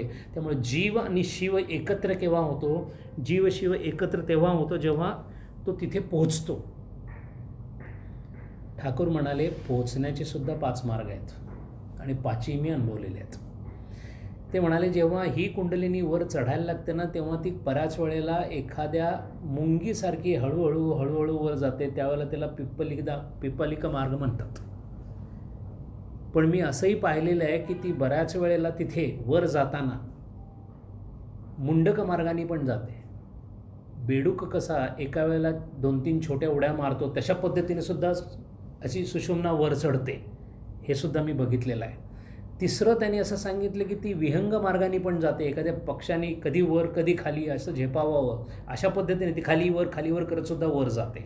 हा तिसरा मार्ग आहे. चौथा मार्ग त्यांनी सांगितला की ती सर्पिणीसारखी सुद्धा जाते, जाताना ती अशी जाते बाजूला म्हणजे त्या सुषुम्नेच्या जागेतून जाताना ती या बाजूला त्या बाजूला करत ती वर जाते.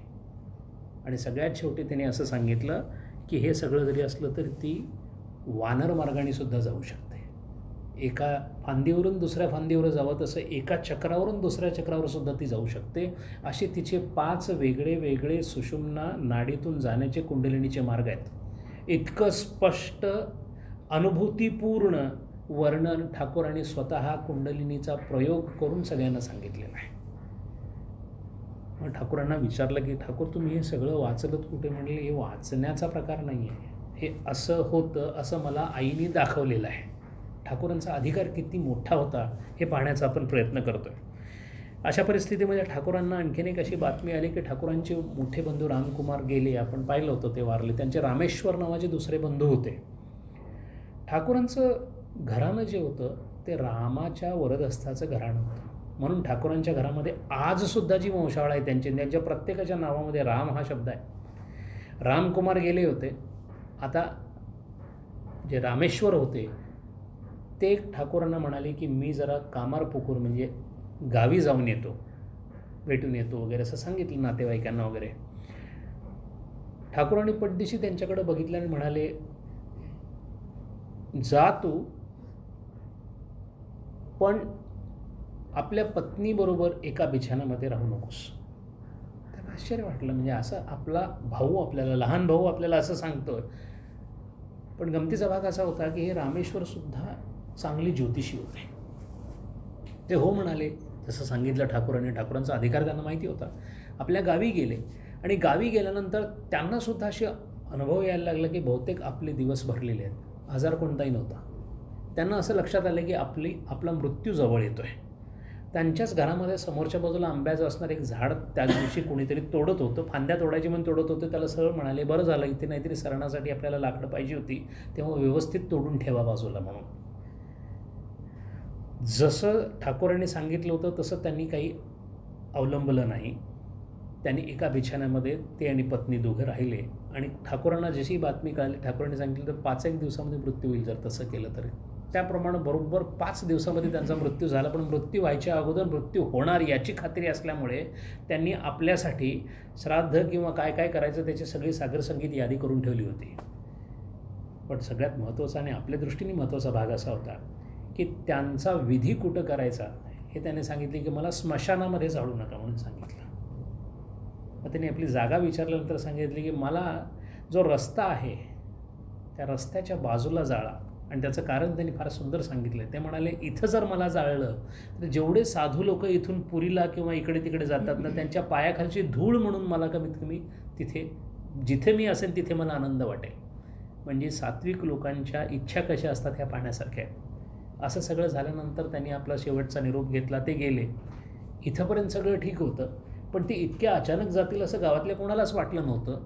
ज्या दिवशी ते गेले, ज्या दिवशी त्यांचा इकडं विधी वगैरे झाला त्या दिवशी रात्री त्यांचा जवळचा मित्र गोपाल, ज्याला माहीतसुद्धा नव्हतं की हे गेले, त्यांच्या घरावर रात्री इथे विधी झाल्यानंतर चितेला अग्नी दिल्यानंतर त्याच्या घरावर थाप पडली. आतून गोपालने विचारलं कोण? याने सांगितलं रामेश्वर. ते म्हणाले रामेश्वर रात्री काय करतोस तू? नाही मला तुला जर काहीतरी सांगायचं आहे. ते म्हणाले मग एक काम कर आत ये. ते म्हणाले मला येता येणार नाही, मला शरीर नाही आहे. गोपालला वाटला काहीतरी गमतीचा भाग आहे काय म्हणून त्यांनी खरोखर दरवाजा उघडला. बाहेर कोणीच नव्हतं पण आवाज येत होता. जाता जाता एवढंच सांगितलं गोपाल सांगायची गोष्ट राहिली आहे, फक्त घरी जाऊन एवढंच सांग की रघुवीराची पूजा घरामधली कधीही बंद करू नका, एवढं सांग आणि मी जातो म्हणाले आणि गेले. घरामध्ये अजूनही त्या रघुवीराची पूजा त्यांच्या वंशावळीमध्ये चालू आहे. त्यांचे पुत्र वगैरे जे आहेत ते करत होते आणि पुढे ती चालू राहिली पूजा. अशा प्रकारे आता रामेश्वर गेले ही गोष्ट आता जशी कळाली ठाकूरांना, कारण ठाकूर कलकत्त्यातच होते, आता आईला सांगायचं, आईला कसं सांगायचं? एवढी वयस्कर आई ऐकल्यानंतर तिला काय होणार? ठाकूरांचा उपाय ठरलेला होता. गेले कालीमातेकडे, म्हणाले की असं असं आहे. तर हे काय, म्हणजे मी स्वतःचा मुलगा गेल्याचं दुःख या वृद्ध वयामध्ये आपल्या आईला सांगायचं, असलं काम तू माझ्याकडे आणून ठेवलेलं आहेस, तेव्हा कसं करू? तेव्हा तू एक बघ, मला याच्यातून काय मार्ग दिसत नाही, असं म्हणाले आणि आईला सांगायला गेले. म्हणून आईच्याजवळ गेले आणि म्हणाले, आई गोष्ट सांगायची तुला. म्हणले सांग ना, काय आहे? आपला जो रामेश्वर होता ना, काय शेवटी हे बघ असं आहे, या जगामध्ये कोणाला तरी जायचंच आहे वगैरे. ते म्हणाले, काय गेला का तो? यांना काही कळे ना की आई, ते म्हणाले, आई त्यांनीच सांगायला सुरुवात केली यांना, या जगामध्ये जो आला आहे तो जायचंच आहे, त्याच्यामध्ये एवढं काय वाईट वाटून घ्यायचं, प्रत्येकाचं आपलं आपलं प्रारब्ध ठरलेलं आहे. ठाकूर फक्त बघतच बसले की आपल्या आईला सांत्वन करायला मी आलो होतो, आई माझं सांत्वन करते. मग त्यांच्या लक्षात आले की आईनं आईचं सांत्वन करून टाकलेलं आहे. इतका आईवर अधिकार ठाकूरांचा होता. इकडे आता गावाकडचे बहुतेक संबंध त्यांचे संपत आले होते, कारण आता फक्त शारदा माता आपल्या सासरी गेल्या, माहेरी गेल्या होत्या जयरामबातीला, पण बाकी कुठल्याही ठिकाणी त्यांच्याकडे आता फारसं असं काही राहिलेलं नव्हतं. गमतीचा भाग म्हणजे शारदा माता इकडं राहत असताना, त्या छोट्या जागी राहत असल्यामुळे शंभूचरण मलिक, माथुर बाबू साधारण सगळ्या यांच्या खर्चाची व्यवस्था करत होते. राणी रासमणी होती तर ती करत होती, ती गेल्यानंतर ठाकूर करत होते, माथुरबाबू करत होते. माथुरबाबू गेले 1781ला, माथुरबाबू गेले. त्याच्यानंतर 4 वर्ष त्यांच्या संपूर्ण खर्चाची जबाबदारी या शंभूचरण मलिकांनी उचलली होती. ते श्रीमंत होते, त्यांची स्वतःची बाग होती, त्यांच्याकडे बरंच काही काही होतं, पण त्यांची श्रद्धा मात्र ठाकूरांच्यावर खूप होती. म्हणून ठाकूर बऱ्याच वेळा त्यांच्या घरी जायचे आणि त्या घरी गेल्यानंतर शारदा माता पण त्यांच्याबरोबर जायच्या. किती श्रद्धा होती तर त्या शंभूचरण मलिकांची जी पत्नी होती, त्यांची खात्री होती की या शारदा माता म्हणजे खरोखरच जगज्जननी आहेत, त्यामुळे ते दर गुरुवारी या शारदा मातेंना बोलवून घेऊन जायच्या आणि त्यांना 16 वेगळ्या वेगळ्या वस्तूंनी अलंकृत करून देवी म्हणून त्यांच्या पूजा दर गुरुवारी करायच्या. इतकी त्यांची दोघांची भक्ती होती. जेव्हा तिने पाहिलं की शारदा मातांना इतका त्रास होतो की उभा राहता येत नाही, अशा ठिकाणी त्या जेवण वगैरे बनवतात, त्या आल्या आणि त्यांनी आपल्या मिस्टरांना सांगितलं की तुम्ही काहीतरी करा आणि शारदा मातेसाठी काहीतरी एखादं घर वगैरे असं बनवून द्या ना. असं झाल्यानंतर ठाकूरांनी, या शंभूचरण मलिकांनी एक घर बांधायचं ठरवलं, एक छोटंसं कॉटेज बांधायचं ठरवलं. मग हे कॉटेज बांधायचं ठरवलं, त्याच्यासाठी लाकूड, ठाकूरांचे एक भक्त होते नेपाळमधले, त्यांचं नाव कॅप्टन विश्वनाथ म्हणून होते ते, आणि त्याने सांगितलं मी सगळी लाकडं देतो म्हणून. मग ती लाकडी नेपाळवरून त्यांनी आपल्या डेपोमधून इकडे पाठवली. त्याप्रमाणे एक छोटंसं असं छोटेखानी घर बांधलं आणि मग जवळजवळ 1 वर्ष शारदा माता दक्षिणेश्वरात न राहता तिथे राहिल्या आणि त्या रोज तिथून आपलं जेवण बनवून तिकडून इकडे ठाकूरांना जेवायला घायला यायच्या. ठाकूरसुद्धा कधीतरी इकडून तिकडे जायचे, कारण पत्नी तिथं असल्यामुळं. पण या 1 वर्षामध्ये केवळ एक अपवाद सोडता कधीही ठाकूर तिकडे राहिले नाहीत. फक्त एकदाच असं झालं की ठाकूर गेले आणि भयंकर मोठा पाऊस आला, त्यामुळे त्यांना रात्री तिथं राहावं लागलं. अशा प्रकारे साधारण 1 वर्षभर ते राहिले आणि 1 वर्षानंतर शारदा माता आपल्या गावी गेल्या, माहेरी गेल्या, जयरामबातीला गेल्या. त्यावेळेलाच त्यांना थोडासा डिसेंट्रीचा त्रास होत होता आणि त्या गावी गेल्यानंतर त्यांची डिसेंट्री खूप वाढली. खूप वाढल्यानंतर या लोकांचा आपण पाहिलं, चंद्रमणी देवी म्हणजे ठाकूरांच्या आईचं सुद्धा किती देवींवर श्रद्धा होती. एखादा आजार बळावला असेल, तो ठीक होत नसेल तर एकच काम करायचं, ते म्हणजे देवालाच साकडं घालायचं. पण साकडं घालताना सुद्धा जो भाव होता, जी ताकद होती, ती केवढी मोठी होती. शारदा माता सिंहवाहिनी नावाचं एक देऊळ होतं त्यांच्या गावामध्ये, जयरामबातीमध्ये. सिंहवाहिनी म्हणजेच कालीमाता. तिच्याकडे गेले आणि तिला सांगितलं, कोणालाही घरी न बोलता त्या तिथे गेल्या, पूजा केली आणि एवढंच सांगितलं की माझं जे काही चाललं हे बरं कर, नाहीतर मला तू इथूनच घेऊन जा, असं म्हणून उपवास ठेवला. 24 तास व्हायच्या आतच स्वप्नामध्ये स्वतः कालीमाता आली आणि तिने चक्क सांगितलं की औषध कोणतं घ्यायचं आहे. जाग्या झाल्या वैद्याकडे गेल्या आणि म्हणाले, हे एवढं औषध मला द्या. तो म्हणाला कशासाठी? तो म्हणाले फक्त द्या. ते घेतलं आणि डिसेंट्री थांबली. इकडे ठाकूरांना तोपर्यंत बातमी लागली की शारदा माता आजारी आहेत म्हणून आणि ठीक झाल्यात म्हणून. हृदय सांगायला आल्याबरोबर ठाकूर म्हणाले एवढं मोठं काम राहिलं आहे, एवढी मुलं येणार आहेत आता, त्यांची आई जाऊन कसं चालेल? जगत जननी आहे ती. आणि आता येणारे सगळे शिष्य ठाकूरांनी मनामध्ये ठरवून ठेवले होते की कोण कोण माझ्याकडे येणार आहे, कारण ठाकूरांना ते दिसायचे समोर. ठाकूरांना आपल्या उन्मनी अवस्थेमध्ये येणारे सगळे शिष्य दिसत असल्यामुळे ते सारखं आईला विचारायचे. या आजूबाजूच्या लोकांना काही कळायचं नाही, कोणाच्या येण्याची गोष्ट करतायत. ठाकूर स्वतःच म्हणायचे की मला माहिती आहे ते येणार आहेत. मग आईलाच विचारायचे, केव्हा येणार आहेत? येणार येणार म्हणतेस तू.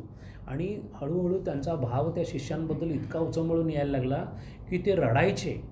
ते त्या जिथं राहायचे त्याच्या टेरेसवर जायचे आणि रात्री टेरेसवर चांदण्यांकडं वगैरे असं डोळे करून म्हणायचे की आई कधी येणार आहेत पोरं, कधी पाठवणार आहेस तू? असं होत असताना साधारण 1876 साली साधना पूर्ण झाली आणि एक एक शिष्यांचं येणं चालू झालं. 1876 त्यांचे गृहस्थ शिष्य यायला लागले. 1881 साली माथुर गेले आणि 1881 साली विवेकानंद त्यांच्या जीवनामध्ये आले. त्यांच्या जीवनचरित्रामधला जो भाग 1881 नंतर चालू होतो, 5 वर्षाचं आयुष्य राहिलं होतं, पण त्या 5 वर्षात भयंकर मोठी वादळं होऊन गेली.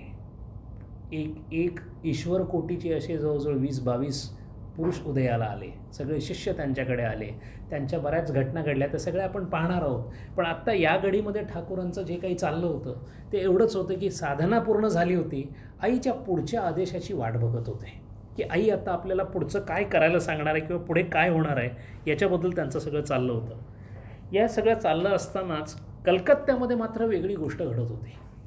कलकत्ता हे त्यावेळेला राजधानीचं शहर. साधारण ब्रिटिश शिक्षणामुळे अत्यंत प्रगतिशील असणारी जी कोणी लोकं होती ती थोडी बहुत या काळामध्ये महाराष्ट्रामध्ये बाळशास्त्री जांभेकर किंवा लोकमान्य टिळक, अजून लोकमान्य टिळक तसे पुढे यायचेच होते, अजूनही ते लहानच होते. साधारण याच्यामध्ये आपल्याला भाऊ दाजी लाड, बाळशास्त्री जांभेकर, न्यायमूर्ती रानडे यांचा हा काळ होता. तसाच इथला जो काळ होता, पंडिता रमाबाई या काळामध्ये होत्या, तसा बंगालमध्ये ब्रिटिशांच्या अधिपत्यामुळं नवीन नवीन विचारांचा उदय होत असतानाच बंगालमधले जे तरुण होते त्यांचा मात्र दृष्टिकोन आता केवळ हिंदू न राहता थोडा विकसित होत जात होता. आणि अशा या विकसित दृष्टिकोनामध्ये पहिल्यांदा हिंदू धर्माचा आणि इस्लामचा आणि ख्रिश्चॅनिटी या तिन्ही धर्माचा तौलनिक अभ्यास करून ज्यांनी खूप वाचन केलं, ज्यांचा खूप भाषांवर प्रभुत्व होतं, असे पहिले समाजसुधारक किंवा अशी पहिली तत्त्ववेत्ती व्यक्ती म्हणजे राजाराम मोहन रॉय यांनी त्या काळामध्ये, त्यांचा मृत्यू तर इंग्लंडमध्येच झाला, 1828 साली त्यांनी आदी ब्राह्मो समाज किंवा ब्राह्मो समाज प्रस्थापित केला. या ब्राह्मो समाजाच्या प्रस्थापनेमध्ये हिंदू धर्मामध्ये असणारा ब्रह्म हा कन्सेप्ट, ब्रह्म ही संकल्पना, या ब्रह्माला अनुकूल असं जे जे काही आहे ते फक्त या धर्मातलं घेऊन हा ब्राह्मो समाज तयार झाला. या ब्राह्मो समाजामध्ये जरी तो हिंदू धर्मावरच आधारित असला तरीसुद्धा हिंदू धर्मामधल्या ज्या काही रिच्युअलिस्टिक गोष्टी होत्या त्या बाजूला त्यांनी करण्याचं ठरवलं होतं. त्यामुळे त्यांनी स्वतःचे विधी फार कमी ठेवले होते आणि जास्तीत जास्त पण या ब्राह्मो समाजामध्ये अत्यंत तल्लक असणाऱ्या बऱ्याच लोकांना यांनी आकर्षित केलं. एकेकाळी विवेकानंद या ब्राह्मो समाजाचेच मेंबर होते.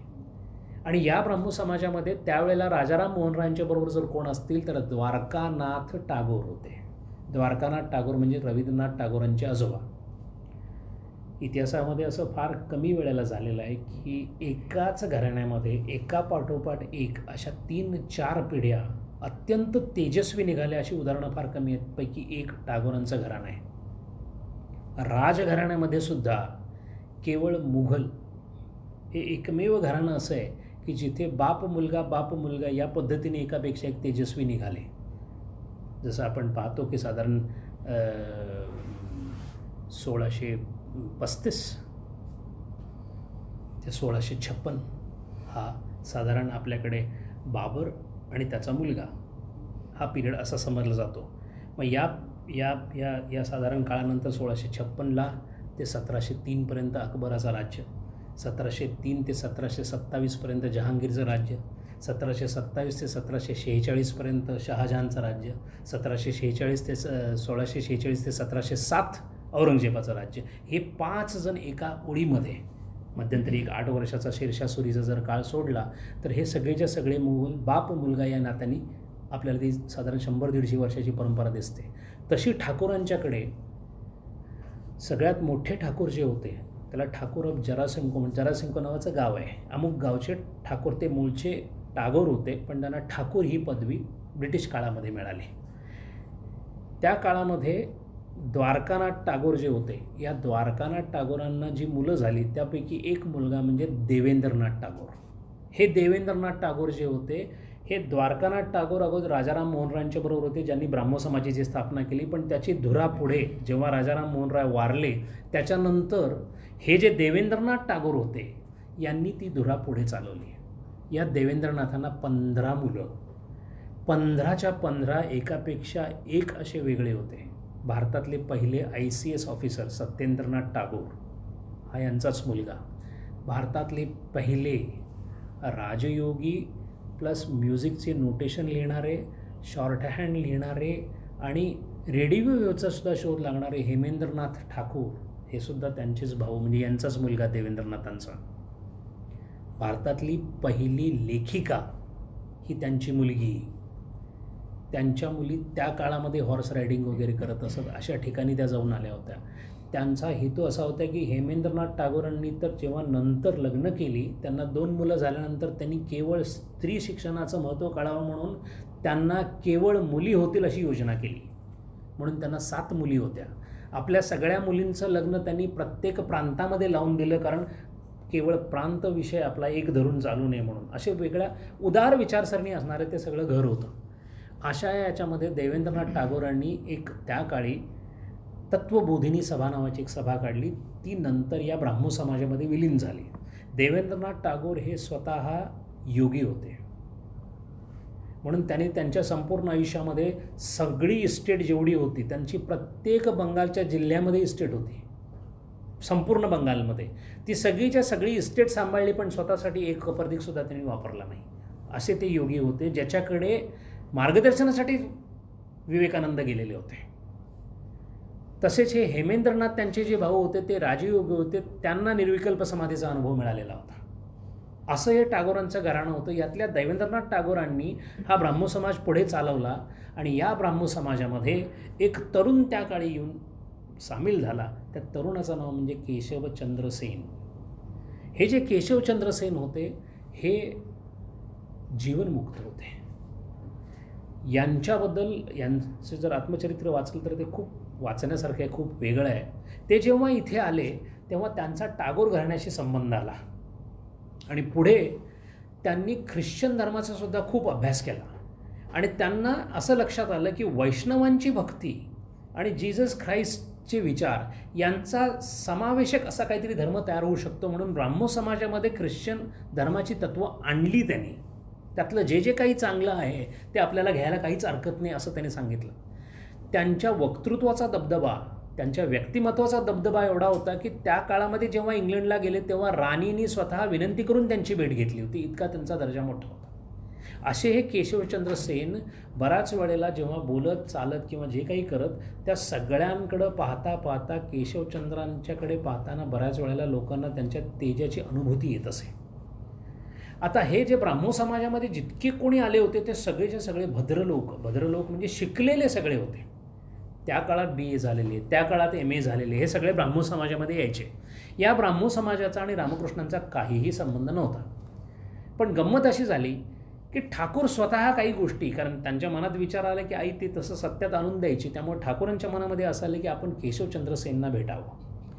हृदय म्हणून त्यांचा जो भाचा होता तो म्हणाला, तो पुतण्या होता, तो म्हणाला काका ती फार बुद्धिमंत माणसं किंवा शिकलेली माणसं, त्याच्यात आपल्याला कोण काय विचारणार आहे. ते म्हणाले आपण कुठं असतं तिथे जाऊन भेटूया. असं म्हटल्यानंतर ठाकूरांना घेऊन हृदय केशवचंद्र सेनांना भेटायला गेला. त्यावेळेला केशवचंद्र सेन ब्राह्मो समाजाची सभा, आणि त्यांची सभा म्हणजे मीटिंग नसायची, त्यांची सभा म्हणजे प्रार्थना सभा असायची. त्या प्रार्थना सभेसाठी तिथं बसलेले होते. त्यांचे सगळे अनुयायी बाजूला बसलेले आणि तिथं हा अत्यंत दाढी वाढलेला गावठी दिसणारा एक माणूस आणि पहिल्यांदा त्यावेळेला आपण ब्राह्मो समाजात चाललो आहे म्हणून त्यांनी कोट घातला होता, म्हणजे वरचं कुडता घातला होता आणि अंगावर असा उपरणं घेऊन तिथं रामकृष्ण गेले होते. तिथं रामकृष्ण आल्यानंतर सगळ्यांनी त्यांच्याकडे बघितलं, कोणी त्यांच्याकडे लक्षही दिलं नाही. काय करावं? मग ठाकूर म्हणाले हृदयला, त्यांच्याशी जरा बोलता येईल का बघ ना तू. मग हृदय पुढे गेला आणि तो म्हणाला केशवचंद्रांना की माझे काका जे आहेत ना त्यांना भावसमाधी लागते आणि त्यांना कालीमातेचं दर्शन होतं, तुम्ही त्यांच्याशी 2 शब्द बोलाल का. त्यांनी असं बघितलं, सगळ्यांनी बघितलं, त्यांना वाटलं हे काय आमचं चाललं आहे सगळं चांगलं, याच्यामध्ये हा माणूस कुठून आला आहे म्हणून. त्यांनी बोलवल्यानंतर ठाकूरांनी त्यांना प्रश्न फार छान विचारला. त्यांनी नमस्कार केला. त्यांना म्हणाले केशवचंद्र तुमचं खूप नाव ऐकलं आहे मी, तुम्ही देव बघितलं आहे असं सगळं लोक म्हणतात, तुम्ही देव बघितला आहे का हो. कोण विचारत आहे कोणाला पहा. जे भावसमाधीमध्ये नेहमी असायचे ते इतक्या नम्रतेने त्यांना विचारत होते. आणि गमतीचा भाग असं झालं की त्यांनी उत्तर काय दिलं ते माहीत नाही, पण त्यांचं उत्तर ऐकतानाच यांना स्फूर्ती झाली रामचंद्रांना आणि ठाकूरांना. आणि ठाकूरांनी गायला सुरुवात केली एक भजन. ठाकूरांनी जे भजन गायलं त्या भजनामध्ये रामाचं नाव आलं. त्या रामाच्या नावाबरोबर ठाकूर भावसमाधीमध्ये गेले. भावसमाधीमध्ये गेल्यानंतर जितके सगळे जमलेले होते त्यांना काय कळलं नाही की हा माणूस आला काय, हा काय प्रश्न काय विचारतो आणि लगेच समाधीत काय जातो, काय चाललं आहे. पण त्याचंही त्यांना फारसं कौतुक वाटलं नाही, कारण त्यांनी भावसमाधी बघितलेलीच नव्हती. त्यांना वाटलं याला बहुतेक कुठेतरी डोक्याचा मेंदूचा त्रास दिसतोय किंवा काहीतरी इपिलिप्सी वगैरे असेल म्हणून ते बघत बसले. थोड्या वेळाने ते जेव्हा तिथून खाली उतरले, कारण हृदय त्यांच्या कानामध्ये ओंकार करायला लागला. जसा जसा ओंकार झाला तसे तसे ठाकूर खाली ध्यानावर आले. ध्यानातून खाली आल्यानंतर ठाकूरांनी बोलायला सुरुवात केली आणि मग जे ठाकूर बोलले ते बघून प्रत्येक बसलेल्या माणसाच्या असं लक्षात आलं की आपण एवढं काही वाचलेलंच नाही आहे. आणि इतक्या साध्या शब्दामध्ये ठाकूर सांगत होते. आता मात्र केशवचंद्र सेन आहेत, त्यांची स्वतःची आश्चर्यचकित होण्याची वेळ आली. त्यांच्या असं लक्षात आले की हे साधं प्रकरण नाही आहे. आणि का कोणास्तव त्या क्षणापासून केशवचंद्र सेनांची यांच्यावर प्रेमच बसलं त्यांच्यावर. आता ते ठाकूरांच्या शिवाय राहणार नाही असंच त्यांना वाटायला लागलं. ठाकूर नसले की त्यांना बरं वाटायचं नाही. त्यामुळे ठाकूरांचं तिकडे येणं चालू झालं, यांचं दक्षिणेश्वरला येणं चालू झालं. कधीतरी गंगेवर अशी फेरफटका मारण्यासाठी बोटीमध्ये बसून ते ब्राह्मो समाज, केशवचंद्रांचं प्रस्थ मोठं होतं, त्यांच्याबरोबर 50-50 माणसं असायची, 100-100 शिकलेली माणसं असायची.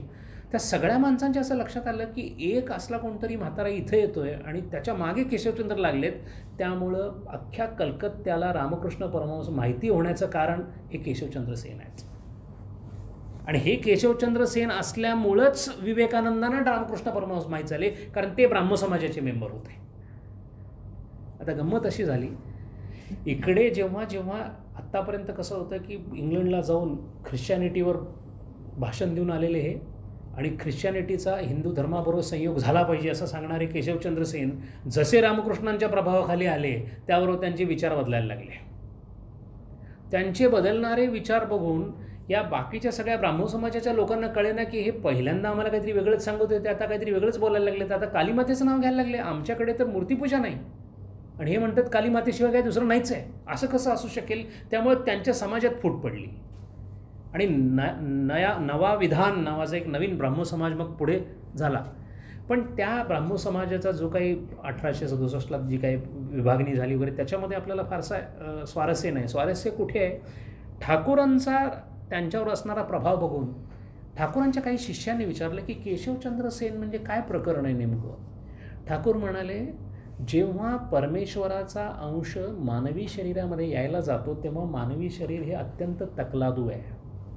मातीच्या भांड्यामध्ये सोनं ठेवता येत नाही ठाकूर म्हणायचे, कारण खूप सोनं टाकलं की मातीचं भांडं तडकून जातं, कारण सोन्याचं वजन पेलवत नाही. तसं ज्या शरीरामध्ये चैतन्य असंख्य काल वास करण्याचा प्रयत्न करतं ते शरीर दुभंगून जातं. म्हणून त्या शरीरामध्ये जास्त काळ, म्हणून ज्या शरीरामध्ये चैतन्याचा प्रवेश झाला, ज्या शरीरामध्ये पूर्ण चैतन्यमय शरीर झालं ते शरीर जास्त वेळ टिकत नाही. आणि मग ठाकूर आपल्या शरीराकडे बोट करून म्हणाले हे केवळ आईने टिकवले म्हणून टिकले नाही, तर आता हेही टिकलं नसतं. मी ज्या अवस्थेमधून गेलो त्या अवस्थेमधून कोणीही जाऊ शकत नाही. याचं कारण असं आहे, ते म्हणाले फक्त जर आईला वाटलं तरच ते शक्य आहे. मग त्यांनी सांगितलं की ज्या 6 महिन्यामध्ये निर्विकल्प समाधीमध्ये मी राहत होतो त्या निर्विकल्प समाधीच्या काळामध्ये खरं म्हणजे माझा मृत्यू अटळ होता. माझ्या नाकामध्ये आणि कानामध्ये गेलेल्या माशासुद्धा मला कळत नव्हत्या. त्यांनी माझ्या नाकामध्ये सुद्धा अंडी घातलेली होती, मला त्याचा अजिबात पत्ता लागलेला नव्हता. अशा अवस्थेमध्ये जर मी असेन की ज्याला बोट किंवा हात लावलेलं कळत नाही, भुकेचा तर प्रश्नच नाही, असं शरीर कसं राहू शकेल. पण केवळ आईचा माझ्यावर असणारी कृपा असल्यामुळे आईने अशी व्यवस्था केली होती. याच काळामध्ये एक दंडी संन्यासी तिथे आला होता. या दंडी संन्यासी लक्षात राहण्याचं कारण पहा. 6 महिने ठाकूर निर्विकल्प समाधीमध्ये होते. या 6 महिन्यामध्ये जेव्हा पहिले 8-10 दिवस झाल्यानंतर त्यांनी काही खाल्लेलं नव्हतं. हे जेव्हा कळालं त्यावेळेला तो जसा आला तो आपली काठी घेऊन यायचा. ठाकूरांच्या पाठीवर तो काठी मारत असे. असं पुष्कळ वेळ काठी मारल्यानंतर जेव्हा ठाकूर थोडीशी हालचाल करतायत, म्हणजे आता कुठेतरी ते भावसमाधीतून खाली आले म्हटल्याबरोबर ते सांगत असत जेवायचं घेऊन या. आणि जेवायचं घेऊन या म्हटल्यानंतर 2 जबड्यामध्ये हात घालून असं तोंड फाकलं जायचं आणि ठाकूराच्या तोंडामध्ये काहीतरी कोंबलं जायचं. कधी ते पोटात जायचं, कधी बाहेर पडायचं. एवढं होतं नव्हतं तेवढ्यात ठाकूर परत भावसमाधीमध्ये गेलेले असायचे. असे 6 महिने काढल्यानंतर सगळ्या शिष्यांनी विचारलं, ठाकूर म्हणजे 6 महिन्याने तुम्ही शुद्धीवर आलात, म्हणजे तुम्ही आमच्या सारखं वागायला लागलात? ठाकूर म्हणाले, नाही, त्या 6 महिन्यानंतर मला भयंकर डिसेंट्री, रक्ताची डिसेंट्री लागली. ती 6 महिने चालली. मला त्याच्यानंतर 6 महिने लागले हळूहळू शुद्धीवर यायला. म्हणजे 1 वर्ष पूर्ण झालं. मग परत एका शिष्याने विचारलं, योगानंदाने विचारलं, म्हणजे ठाकूर 1 वर्षानंतर तुम्ही शुद्धीवर आलात? ठाकूर म्हणाले, मी शुद्धीवर आलो याची व्याख्या काय? योगानंद म्हणाले, मला तुम्ही जसे दिसता, मी जसा जेवतो, मी जसं खातो. ठाकूर म्हणाले, हे सगळं मी करत होतो, पण मी करत होतो हे मला कधी जाणवतच नव्हतं. मग त्यांनी विचारलं, म्हणजे काय? ठाकूर म्हणाले, मी किती खाली येतो एवढं मी सांगू शकतो. ते म्हणाले, मला प्रत्येकाचं अस्तित्व वैयक्तिकरित्या जाणवावं इतकी सचेतना माझ्याकडे आईनं ठेवलेली आहे. पण मला बघितल्यानंतर मला माणसं वेगळी वेगळी दिसतच नाहीत. मला या विश्वामध्ये संपूर्ण चैतनाच्या लहरी निघतायत एवढंच दिसत असतं. आणि या लहरीमध्ये काही गोष्टी वर येतात, काही गोष्टी खाली जातात, अशा या घटना मला दिसतात. असं मला कळतं की असं काहीतरी होतं आहे. फक्त त्या वस्तूचं त्या व्यक्तीने माझ्याशी काय बोललं हे कुठंतरी वेगळ्या प्रतलावर होतं. त्याला होणारी प्रतिक्षिप्त क्रिया म्हणून मी काहीतरी बोलतो, त्याचा माझ्याशी काही संबंध नसतो. मला ते खूप दुरून झाल्यासारखं वाटतं. ठाकूर स्वतःच्या अवस्थेचं वर्णन करत होते. अशा प्रकारे ठाकूरांनी एक आपली अनुभव सांगायला सुरुवात केली. आणि या केशवचंद्र सेनांचे जेव्हा मृत्यू जवळ आला त्यावेळेला मात्र ठाकूरांना फार वाईट वाटलं. ठाकूर म्हणाले, केशवचंद्र सेन हा समाजसुधारक होता, त्यांनी ब्राह्मो समाजाचं खूप काम केलं, हे सगळं तकलादू आहे म्हणाले. हा मूळचा जीवनमुक्त पुरुष होता. आणि जेव्हा त्याच्याकडे गेले तेव्हा केशवचंद्र सेन खूप रडले. ठाकूरांच्या मांडीवर त्यांनी डोकं ठेवलं. त्यावेळेला ठाकूर म्हणाले, केशव, हे का झालं तुला माहिती आहे का? म्हणाले. ते म्हणाले, काय आता आईची कृपा म्हणाली, जे काय झालं. ते म्हणाले, तसं नाही रे, कसं आहे की कितीही केलं तरी आपलं ना हे शरीर जे आहे ना, मानवी शरीर आहे, पंचमहाभूताचं आहे, ते फार तोकडं पडतं आहे. असं किती दाबून चैतन्य त्याच्यामध्ये किती दिवस राहणार आहे? एक दिवस तो फुटणार, याच्यात काही वादच नाही. म्हणून आपल्याला नेहमी अल्पायुषी व्हावं लागतं. बहुतेक जीवनमुक्त हे अल्पायुषी असतात. त्याचं कारण असं आहे की जर अवतार नसेल, तर अहिल्यानंद बाबा 250-300 वर्ष जगले, अवतार होते. अवतार नसेल तर साधारण हे शरीर तितकं टिकूच शकत नाही. त्यामुळे आता तुझ्या शरीरामध्ये कोणताही अवयव असा राहिलेला नाही की जो काही काम करू शकेल.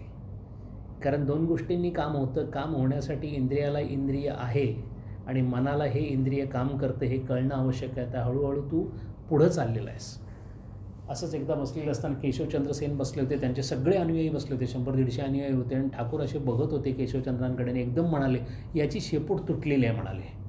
सगळ्यांना आश्चर्य वाटलं. एवढे मोठे आदरार्थी ज्यांच्या पुढे सगळे लोक नमस्कार करत असायचे, त्याला सरळ असं बोलतात ठाकूर. म्हणून सगळ्यांनी विचारलं, काय म्हणायचं तुम्हाला? ते म्हणाले, मला तसं नाही म्हणायचं आहे. तुम्हाला माहिती आहे म्हणाले, बेडकाची अवस्था काय असतं? त्याच्यामध्ये टॅडपॉल नावाची एक अवस्था असते, त्याला शेपूट असतं. जोपर्यंत ती शेपूट असतं तोपर्यंत तो बेडूक फक्त पाण्यातच जाऊ शकतो. ज्या दिवशी त्याचं शेपूट तुटतं तेव्हा तो पाण्यातही जाऊ शकतो आणि जमिनीवरही जाऊ शकतो. त्याचं शेपूट तुटले म्हणाले. आता तो निर्विकल्प आणि सविकल्प दोन्ही ठिकाणी जाऊ शकतो. अशा अवस्थेमध्ये तो पोचला आहे. प्रश्न फक्त एकच आहे म्हणाले, ज्या अवस्थेत तो पोचला त्या अवस्थेत हे शरीर राहू शकत नाही. त्याचं कारण काय? तर तो जीवनमुक्त झाला आहे, पण तो अवतार नाही आहे. हे फक्त आई करू शकते. आणि म्हणून ते जवळजवळ 3 दिवस आजारी होते. आणि मग त्या आजारीपणामध्येच त्यांचा मृत्यू झाला. ज्या दिवशी मृत्यू झाला म्हणून ठाकूरांना कळालं.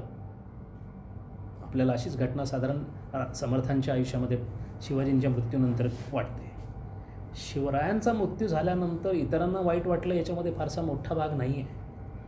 ज्यांना हे कळतं की मृत्यू ही सत्यता नाही आहे असं ज्यांना निश्चित कळतं, अशा समर्थांना वाईट वाटलं आणि ते 1 तास किंवा 1 दिवस नव्हे, कैक दिवस वाटलं. तशीच अवस्था साधारण केशवचंद्र सेन गेल्यानंतर रामचंद्रांची झाली.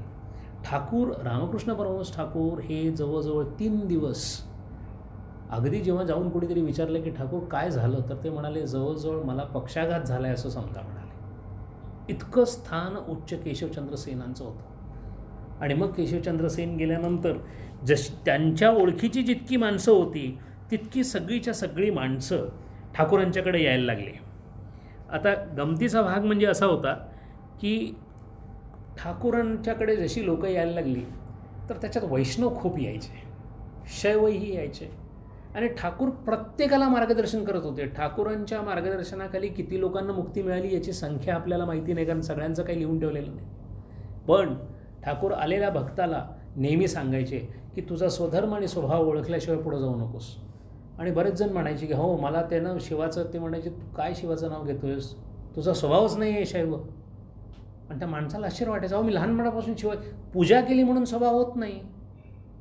उद्यापासून म्हणाले वैष्णवाचं तू वैष्णव आहेस, जो शैव आहे असं म्हटल्यानंतर काय झालं, त्यांचे जवळचे शिष्य होते ना त्यांनी काही ऑब्जेक्शन घेतले. ते म्हणाले ठाकूर असं कसं म्हणता की असं स्वभाव स्वधर्म आम्हालाही मान्य आहे. पण ठाकूर म्हणाले पहा सरळ सरळ सांगतो, नरेंद्र जो आहे ना तो माझ्या सासऱ्याच्या घरातला आहे आणि मी सून आहे.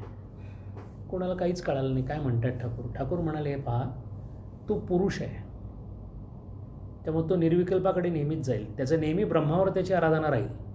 मी सून आहे म्हणून मी प्रकृतीत आहे, माझं आपलं कालीमातेशी माझं नेहमी नातं असेल. ज्याचं प्रकृती स्वरूप ध्यान आहे तो नेहमी इष्टदेवतेमध्येच राहील. आज मला भगवान दत्तात्रेय माझे प्रिय वाटतात, मी भगवान दत्तात्रेयांना धरूनच चालेल, कारण माझ्या स्वभावामध्ये तो जो बदल आहे तो बदल माझ्या स्वतःच्या श्रद्धेपोटी अनंत जन्मातून झालेला आहे. त्यामुळे मला दत्तगुरूंच्या पाय धरायला अजिबात अवघड होणार नाही. आता मी दत्तगुरूंचा पूजा करतो आणि मला शैव व्हायचं आहे, इथे गडबड होते. इथे आपल्या मनाचा जो स्वभाव आहे त्याचा कल आपल्याला तिकडे जाऊ शकत नाही. म्हणून ते म्हणायचे की तो सासऱ्याच्या घरातला आहे, पुरुष आहे तो, मी सुनेच्या घरातली, मी प्रकृतीमधला, त्यामुळे प्रकृतीमधलीच देवी ही माझी देवी. त्यामुळे मला काहीही झालं, निर्विकल्प समाधीचा अनुभव घेतल्यानंतर सुद्धा आईला सोडू शकत नाही म्हणायचे.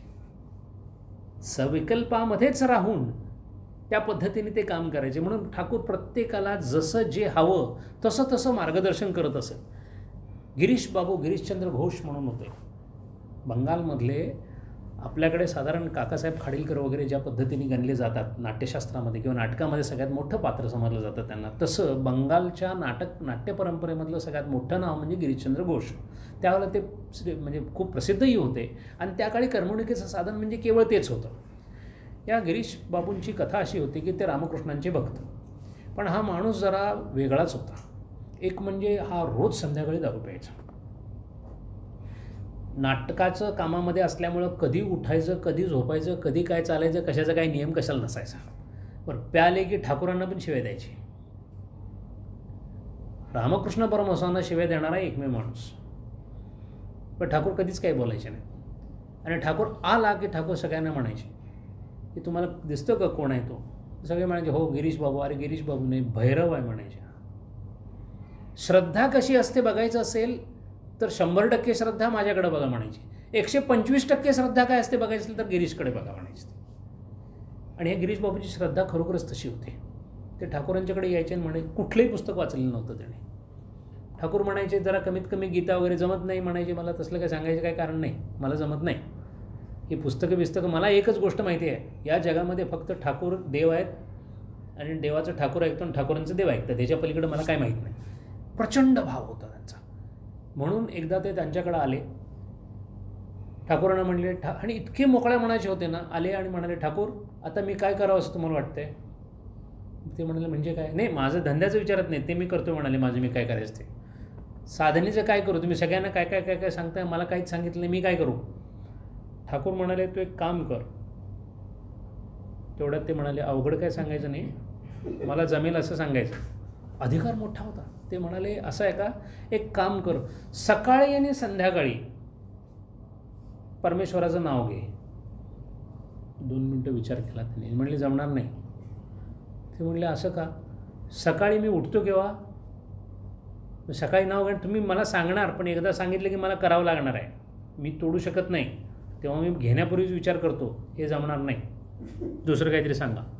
ठाकूरांनी परत विचार केला. ठाकूर म्हणाले एक काम कर ना, जेवणापूर्वी आणि झोपण्यापूर्वी नाव घे, हे तरी जमेल. जेवण झोपणं तरी आपलं आहेच की नाही? जमणार नाही म्हणाले. का? कधी 10 वाजता जेवतोय, कधी संध्याकाळी 5ला जेवतोय, नाम पुढं जाईल, टाईममध्ये बसत नाही. सगळे बघत होते बरं का, की काय खेळ चालला आहे. ठाकूर बाकीच्यांना काय काय सांगतात आणि हे काय चाललं आहे. गिरीश बाबूने यातलं काहीच नव्हतं. फक्त नरेंद्र जेवढे होते, विवेकानंद तेवढे हसत होते.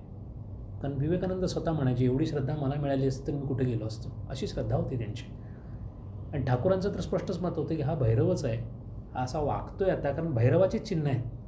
मद्य पितो, काय वाटेल ते बडबडतो, हे शंकराचीच चिन्ह आहेत, असं त्यांचं मत होतं. पुढे ते त्यांना म्हटल्यानंतर काय करते, शेवटी म्हणाले मग काय करू, तुला काय सांगू मी. एक फक्त नाव घे म्हटलं, तेही जेवणाच्या अगोदर, तेही तुला करता येणार नाही, मग काय करू. मग ते म्हणाले एक काम कर, तुझी पॉवर ऑफ अटर्नी माझ्याकडे दे म्हणाले हे बरोबर आहे, हे सगळ्यात उत्तम, तुम्हीच करा काय करायचं ते, म्हणजे मला काहीच करायला लागणार नाही. इथंपर्यंत सगळं झालं. आणि त्याच्यानंतर ठाकूर निघून गेले. हे बाहेर आले गिरीश बाबू, बाकीचे शिष्य बोलायला लागले. फक्त नरेंद्रनाथ जे होते ते सिरियस गंभीर झाले होते. ते म्हणाले तुम्ही का गंभीर झाला आहे. ते म्हणाले तू काय दिलंस, काय कबूल केलंस बघितले का, लक्षात आले का तुझ्या. म्हणाले तू म्हणाला काय सगळं ठाकूर करतील. म्हणाले अजून विचार करून बघ, पहिल्या 2 गोष्टी फार चांगल्या होत्या, सांगितलेल्या जमल्या असत्या, हे अवघड आहे.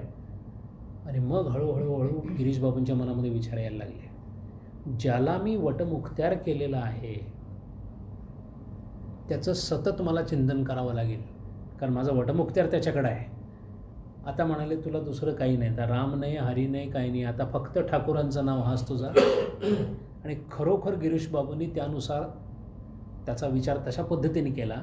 आणि मग ठाकूरांचं सतत चिंतन त्यांनी मनामध्ये ठेवलं. म्हणून इतक्या मोठ्या पदाला ते पोचले. कोणत्याही ग्रंथाचा अभ्यास केला नाही, कोणत्याही ग्रंथाचा अभ्यास केला नाही. कैक वेळा दारू पिल्यानंतर ठाकूर जेव्हा नाट्यमंदिरात स्वतःच आमंत्रण द्यायचे, माझा नवीन खेळ लागला या म्हणून, आल्यानंतर म्हणायचे या म्हाताऱ्याला कोणी आणली तर, प्यालेले असायचे.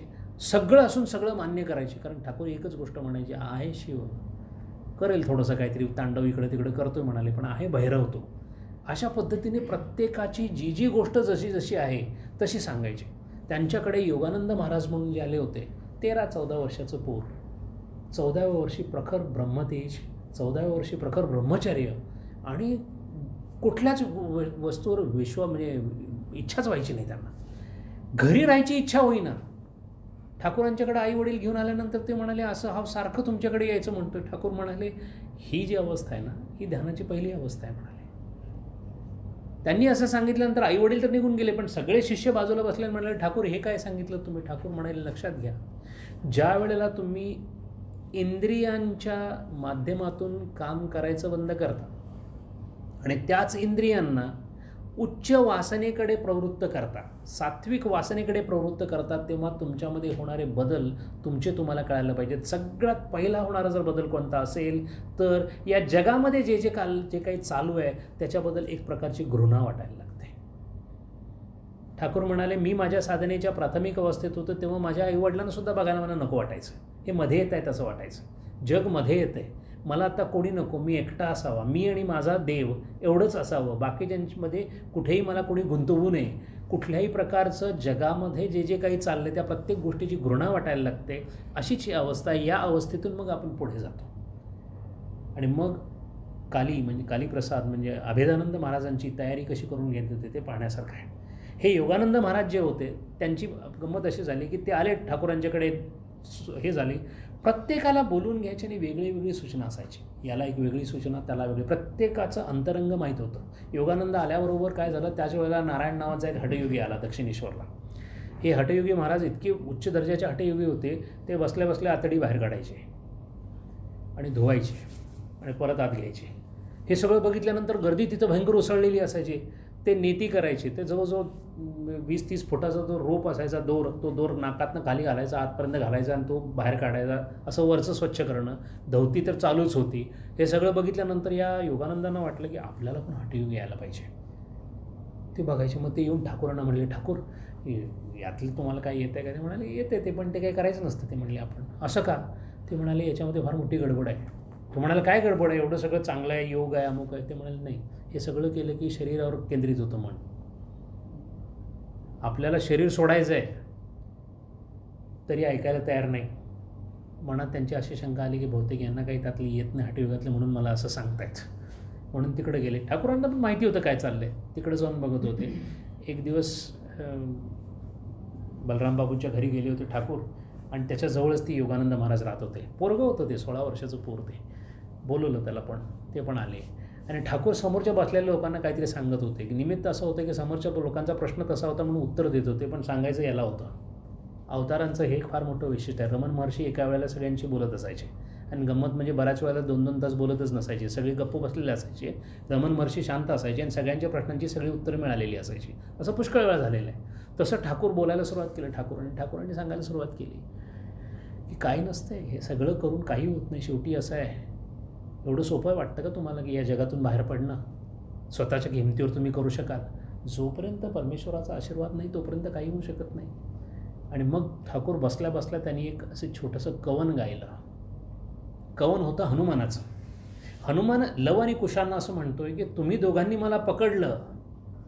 तुम्हाला वाटते की तुम्ही दोघांनी मला पकडलं. अरे फक्त रामाने सांगितलं म्हणून मी स्वतःला पकडून घेतलं, नाही तर तुम्ही मला काय पकडू शकला असता?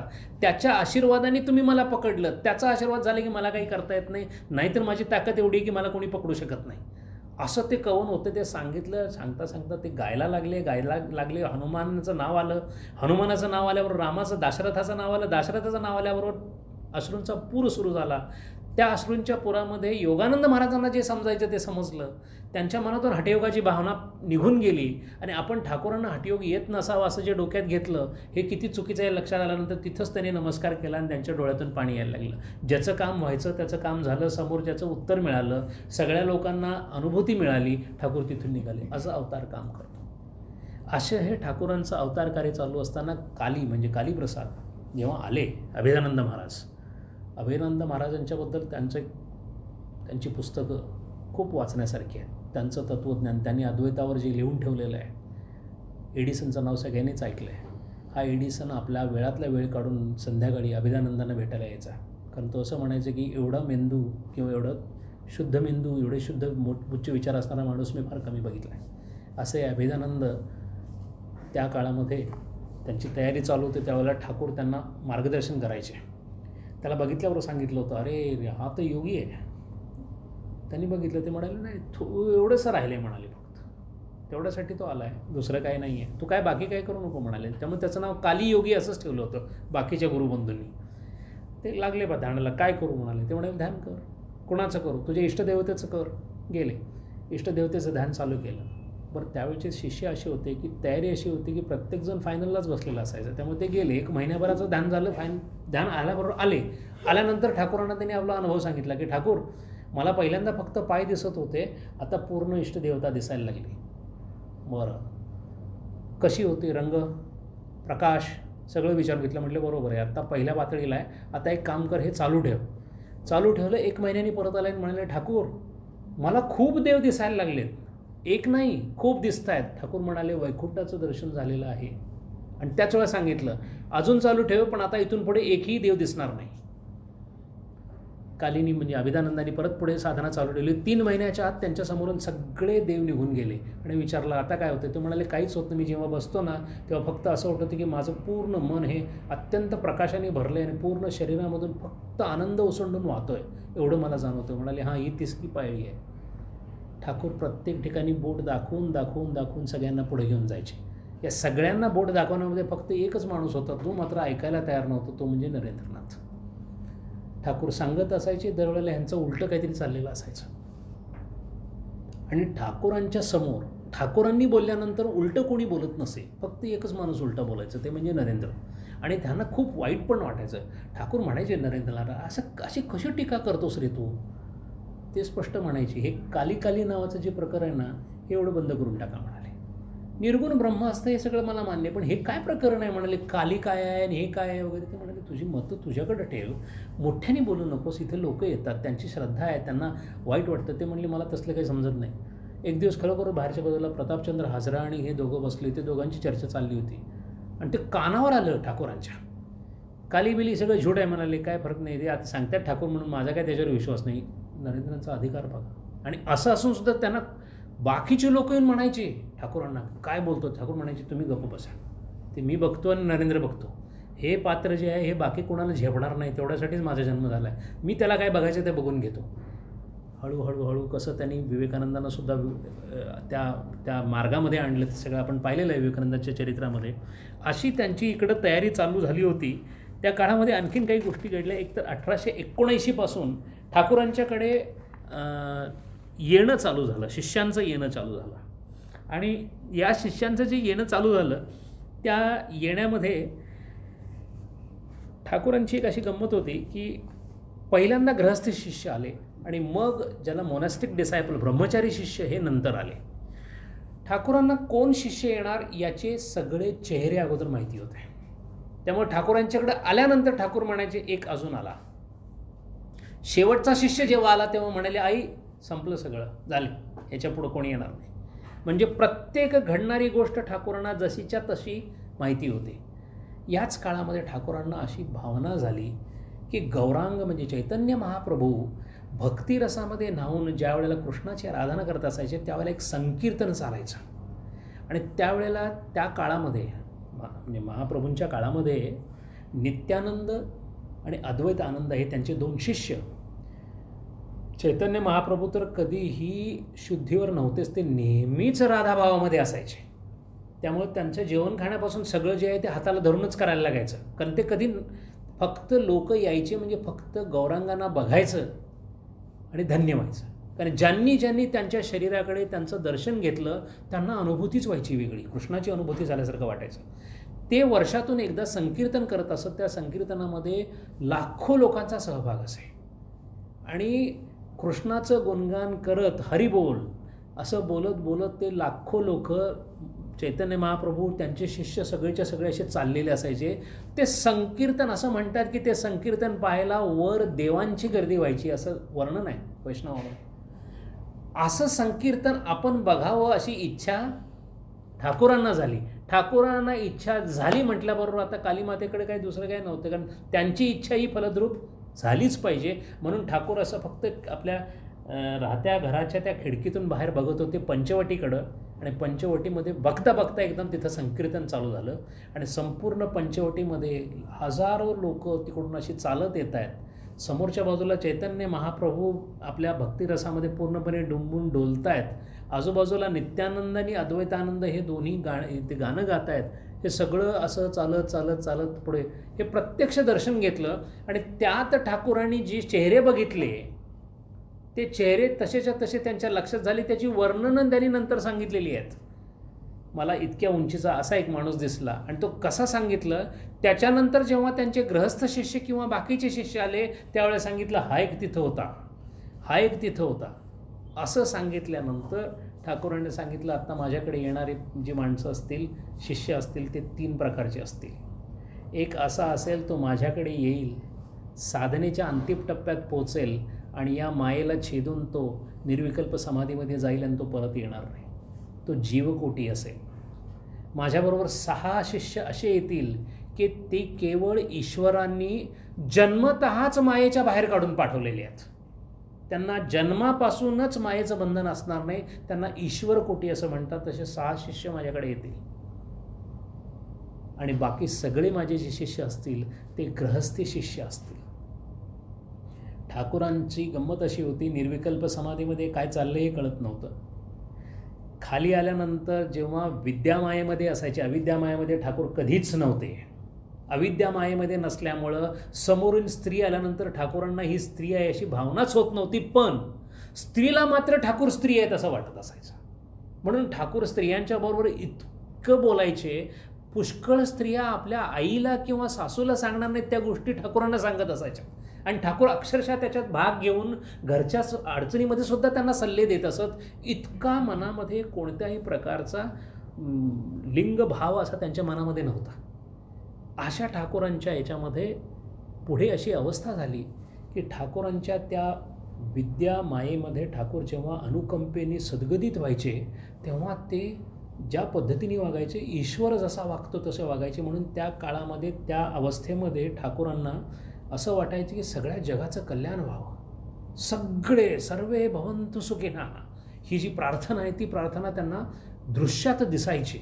आणि अशीच एक घटना 1 जानेवारी 1786ला घडली.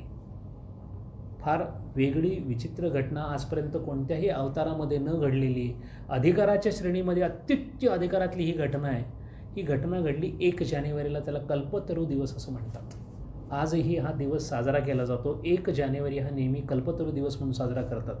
कल्पतरू म्हणण्याचं कारण असं आहे की पारिजात किंवा कल्पतरू वृक्ष जो आहे जिथे सगळेच्या सगळ्या गोष्टींचं आपलं ज्या इच्छा आहेत त्या फलद्रूप होतात, त्या कल्पतरू दिवसाप्रमाणेच त्या दिवशीची गंमत अशी होती, ठाकूर काशीपूर उद्यानामध्ये त्यांना आणण्यात आलं होतं. पहिल्यांदा ठाकूर दक्षिणेश्वरमधून बाहेर आले कारण महेंद्रलाल सरकार डॉक्टरने सांगितले की यांना कॅन्सर झाला आहे, शुद्ध हवा मिळू दे, कलकत्त्याची हवा तितकी शुद्ध नाही म्हणून त्यांना त्या काशीपूर उद्यानामध्ये आणून ठेवलं होतं. जे आणल्यानंतर त्यांना दुसऱ्या मजल्यावर ठेवलं होतं. 2 आठवडे होऊन गेले होते, ठाकूर अजून खाली आले नव्हते. फारसं खाता येत नव्हतं, दुखत बरंचसं होतं. आणि कॅन्सर ऑफ लॅरिंग्स ही काय गोष्ट आहे ही प्रत्यक्ष डॉक्टर म्हणून मी पाहिलेली आहे. म्हणजे या कळा जेव्हा सुटतात तेव्हा मी काही पेशंटना आपल्या हाताने दगडांनी बोटाला मारून घेताना बघितलेलं आहे. इतकी कळ येते, ती सहन करण्याच्या पलीकडची असते. ठाकूर त्या स्थितीमध्ये सुद्धा शांत असत. असे 2 आठवडे तिथं राहिल्यानंतर 1 जानेवारीचा दिवस उजाडला. शिष्य तिथंच होते. गृहस्थी शिष्य सेवेसाठी यायचे कारण ठाकूर आजारी होते. कधी त्यातले काही लोक राहत पण असत तिथे. त्या दिवशी गमतीचा भाग असा झाला, विवेकानंदांची त्यावेळेला प्रखर साधना चालू होती. तिथेच जवळ पंचवटीमध्ये विवेकानंद त्या बाजूला त्या काशीपूर उद्यानामध्ये एका कोपऱ्यामध्ये त्यांनी एक छोटासा होम करायचे आणि तिथे ध्यानाला रात्रभर बसायचे. त्यांना लागणारं सगळं साहित्य त्यांचे गुरुबंधू जेवढे होते, काली वगैरे, अभेदानंद, हे सगळे आणून द्यायचे, शारदानंद वगैरे. त्यामुळे त्या दिवशी रात्रीची साधना, इकडे सेवा करायची, साधना करायची, हे सगळं चाललं होतं. त्यामुळे तिकडून आल्यानंतर बरेचसे त्यांचे शिष्य झोपले होते. दुपारी साधारण 3 वाजायचा वेळ होता, 3, 3:15चा वेळ. जवळचे शिष्य झोपलेले होते. ठाकूर अचानक उठले. त्यांना थोडंसं बरं वाटायला लागलं होतं आणि ठाकूर सरळ दुसऱ्या मजल्यावरून स्वतः कोणाचाही आधार न घेता खाली यायला लागले. ठाकूर खाली येत आहेत बघून, खाली रविवारचा दिवस होता, बरेचसे लोक दर्शनाला आलेले खाली थांबलेले होते. त्यांच्याही लक्षात आले की ठाकूर खाली येत आहेत. हृदय बरोबर आला. सगळे त्यांच्याबरोबर खाली आल्यानंतर खाली फक्त एकच त्यांचा शिष्य म्हणजे हे गिरीश बाबू घोष तिथं बसले होते. एका आंब्याच्या झाडाखाली एका माणसाबरोबर बोलत बसले होते. बोलण्याचा विषय होता ठाकूर अवतार आहेत की नाही, म्हणून ते बोलत होते की अरे ठाकूर निश्चित अवतार आहेत असं म्हणत होते. तोपर्यंत ठाकूर मागून आले आणि तिथूनच बघून म्हणाले, गिरीश काय बोलत होतास? तर गिरीश भाऊ वळले आणि नमस्कार केला, त्यांना साष्टांग नमस्कार केला आणि म्हटले, ठाकूर तुम्ही अवतार आहात असं मी बोलत होतं, तर तुला वाटतं का मी अवतार आहे? ठाकूर म्हणाले, मला दुसरं काही आठवत नाही, तुम्ही अवतार नाही, अवतारांचे सुद्धा अवतार आहात असं म्हटल्यानंतर ठाकूर हसले आणि बाकीची लोकं पण हळूहळू गोळा व्हायला लागली होती. असं सगळ्यांच्याकडे त्यांनी पाहिलं आणि अचानक ते भावसमाधीमध्ये गेले. जसे ठाकूर भावसमाधीमध्ये गेले तसं सगळ्यांना हळूहळू जाणवायला लागले की आपल्या चित्तवृत्ती उल्लसित व्हायला लागलेल्या आहेत. सगळ्या लोकांना एक विचित्र असा आनंद व्हायला लागला. खूप काहीतरी चांगलं होतं आहे, सगळीकडे आनंद पसरला असं सगळ्यांना जाणवायला लागलं. आपापसातला भेद जाणवायला लागला नाही. सगळं आनंद आहे, तोही आनंद, मीही आनंद असं जाणवायला लागलं आणि हळूहळू सगळे ठाकूरांच्याकडे यायला लागले. त्या भावसमाधीच्या अवस्थेमध्ये ठाकूरांनी प्रत्येकाच्या छातीला फक्त आपल्या बोटांनी स्पर्श केला. जेवढी लोकं तिथं होती पैकी 2 लोकांना ठाकूरांनी आता नाही म्हणून सांगितलं. ते दोघंच्या दोघं खूप रडत होते, पण त्या दोघांना आता नाही म्हणून सांगितले. ते 2 सोडून जितकी लोकं होती त्यांच्या सगळ्यांच्या फक्त छातीला हात लावला आणि सगळीच्या सगळी भावसमाधीमध्ये गेले. कोणी हसायला लागले, कोणी प्रचंड आई म्हणजे आपल्या इष्टदेवतेच्या नावाने रडायला लागले, कुणाच्या डोळ्यातून घळाघळा अश्रू यायला लागले. आणि असं झालं की एखादा कृष्णाने रास रचावा अशी सगळी अवस्था झाली. कोण कोणत्या अवस्थेमध्ये कोणालाच कळेना. पण ही अवस्था केवळ तेवढ्या काळासाठी राहिली असं नाही. काही लोकांची ही अवस्था 2-2, 3-3 दिवस टिकली. त्यातले काही जे नोकरीला जाणार होते त्यांना नोकरीला जायला जमेना म्हणून त्यांनी परत येऊन रामकृष्णांना सांगून ही अवस्था घेऊन टाका म्हणून सांगितलं परत.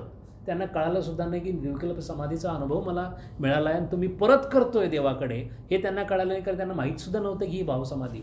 असं केवळ स्पर्शाने, केवळ आपल्या इच्छेने जमलेल्या त्या सगळ्यांना भावसमाधी देणारे अवतार वरिष्ठ असे रामकृष्ण होते. अशी ही घटना कल्पतरू दिवस त्यांच्या मृत्यूच्या अगोदर 7 महिने 1 जानेवारी 1786ला घडली. हे आत्तापर्यंत ठाकूर ज्या अवस्थांमधून गेले, साधना जवळजवळ संपत आली होती. आता फक्त एकच राहिलं होतं. ठाकूर स्वतःच म्हणाले आपल्या सगळ्या शिष्यांना, मी अवतार आहे, मला कळायला लागलं आहे. कसं कळायला लागलं ते म्हणाले, मला आईनीच सांगितलं की तू इथे अवतार म्हणून आलेला आहेस, माझं काम करण्यासाठी आलेला आहेस. आणि म्हटल्यानंतर सगळ्यांना वाटलं की काय ठाकूर पुढे सांगतात म्हणून विचारलं, आणि काय ठाकूर? ठाकूर म्हणाले, मला आई म्हणाली एकदाच यायचं नाही बरं का, परत यायचं आहे. सगळ्यांना आश्चर्य वाटलं, याचा अर्थ ठाकूर परत येणार. ठाकूरांनी स्पष्ट सांगितलं, आजपासून 200 वर्षांनी वायव्येला, आपण आता जिथे आहोत तिथून वायव्येला माझा परत जन्म होईल, असं ठाकूर सांगून गेलेले आहेत. माझ्या कॅल्क्युलेशनप्रमाणे ही तारीख साधारण 2050 आणि 60च्या मध्ये पडते. 2050 ते 70मध्ये आपण असू नसू, पण ठाकूर परत येणार असं ठाकूरांनी स्वतः सांगितलेलं आहे. याला अवतार म्हणतात, याला खात्री म्हणतात. यदा यदा ही धर्मस्येवर ज्यांचा विश्वास नाही त्यांनी हे पाहण्यासारखं आहे. म्हणून ठाकूर परत येतील. आणि त्याच वेळा ठाकूरांनी असं सांगितलं, जेव्हा शिष्यांनी विचारले की ठाकूर तुम्ही परत येणार म्हणजे उद्धार होणार, तर ठाकूर म्हणाले नुसतंच उद्धार होणार नाही, आत्ताच माझे बरेचसे शिष्य मला बोलवत आहेत, त्यांचं उद्धाराचं काम, त्यांना माझी भाषा येत नाही, मला त्यांची भाषा येत नाही, पण तिथे त्यांचा उद्धार करायचा असं आईने मला सांगितलेलं आहे. माझ्याच्याने ते होणार नाही म्हणून माझ्या करवी ती करून घेणार आहे आणि ते काम होणार आहे असं म्हणून नरेंद्राकडे बोट दाखवलं. नरेंद्राने यात खुश होण्याच्या वेळी ताबडतोब सांगितलं, असलं काही माझ्याच्याने होणार नाही आणि मला काही सांगायचं नाही.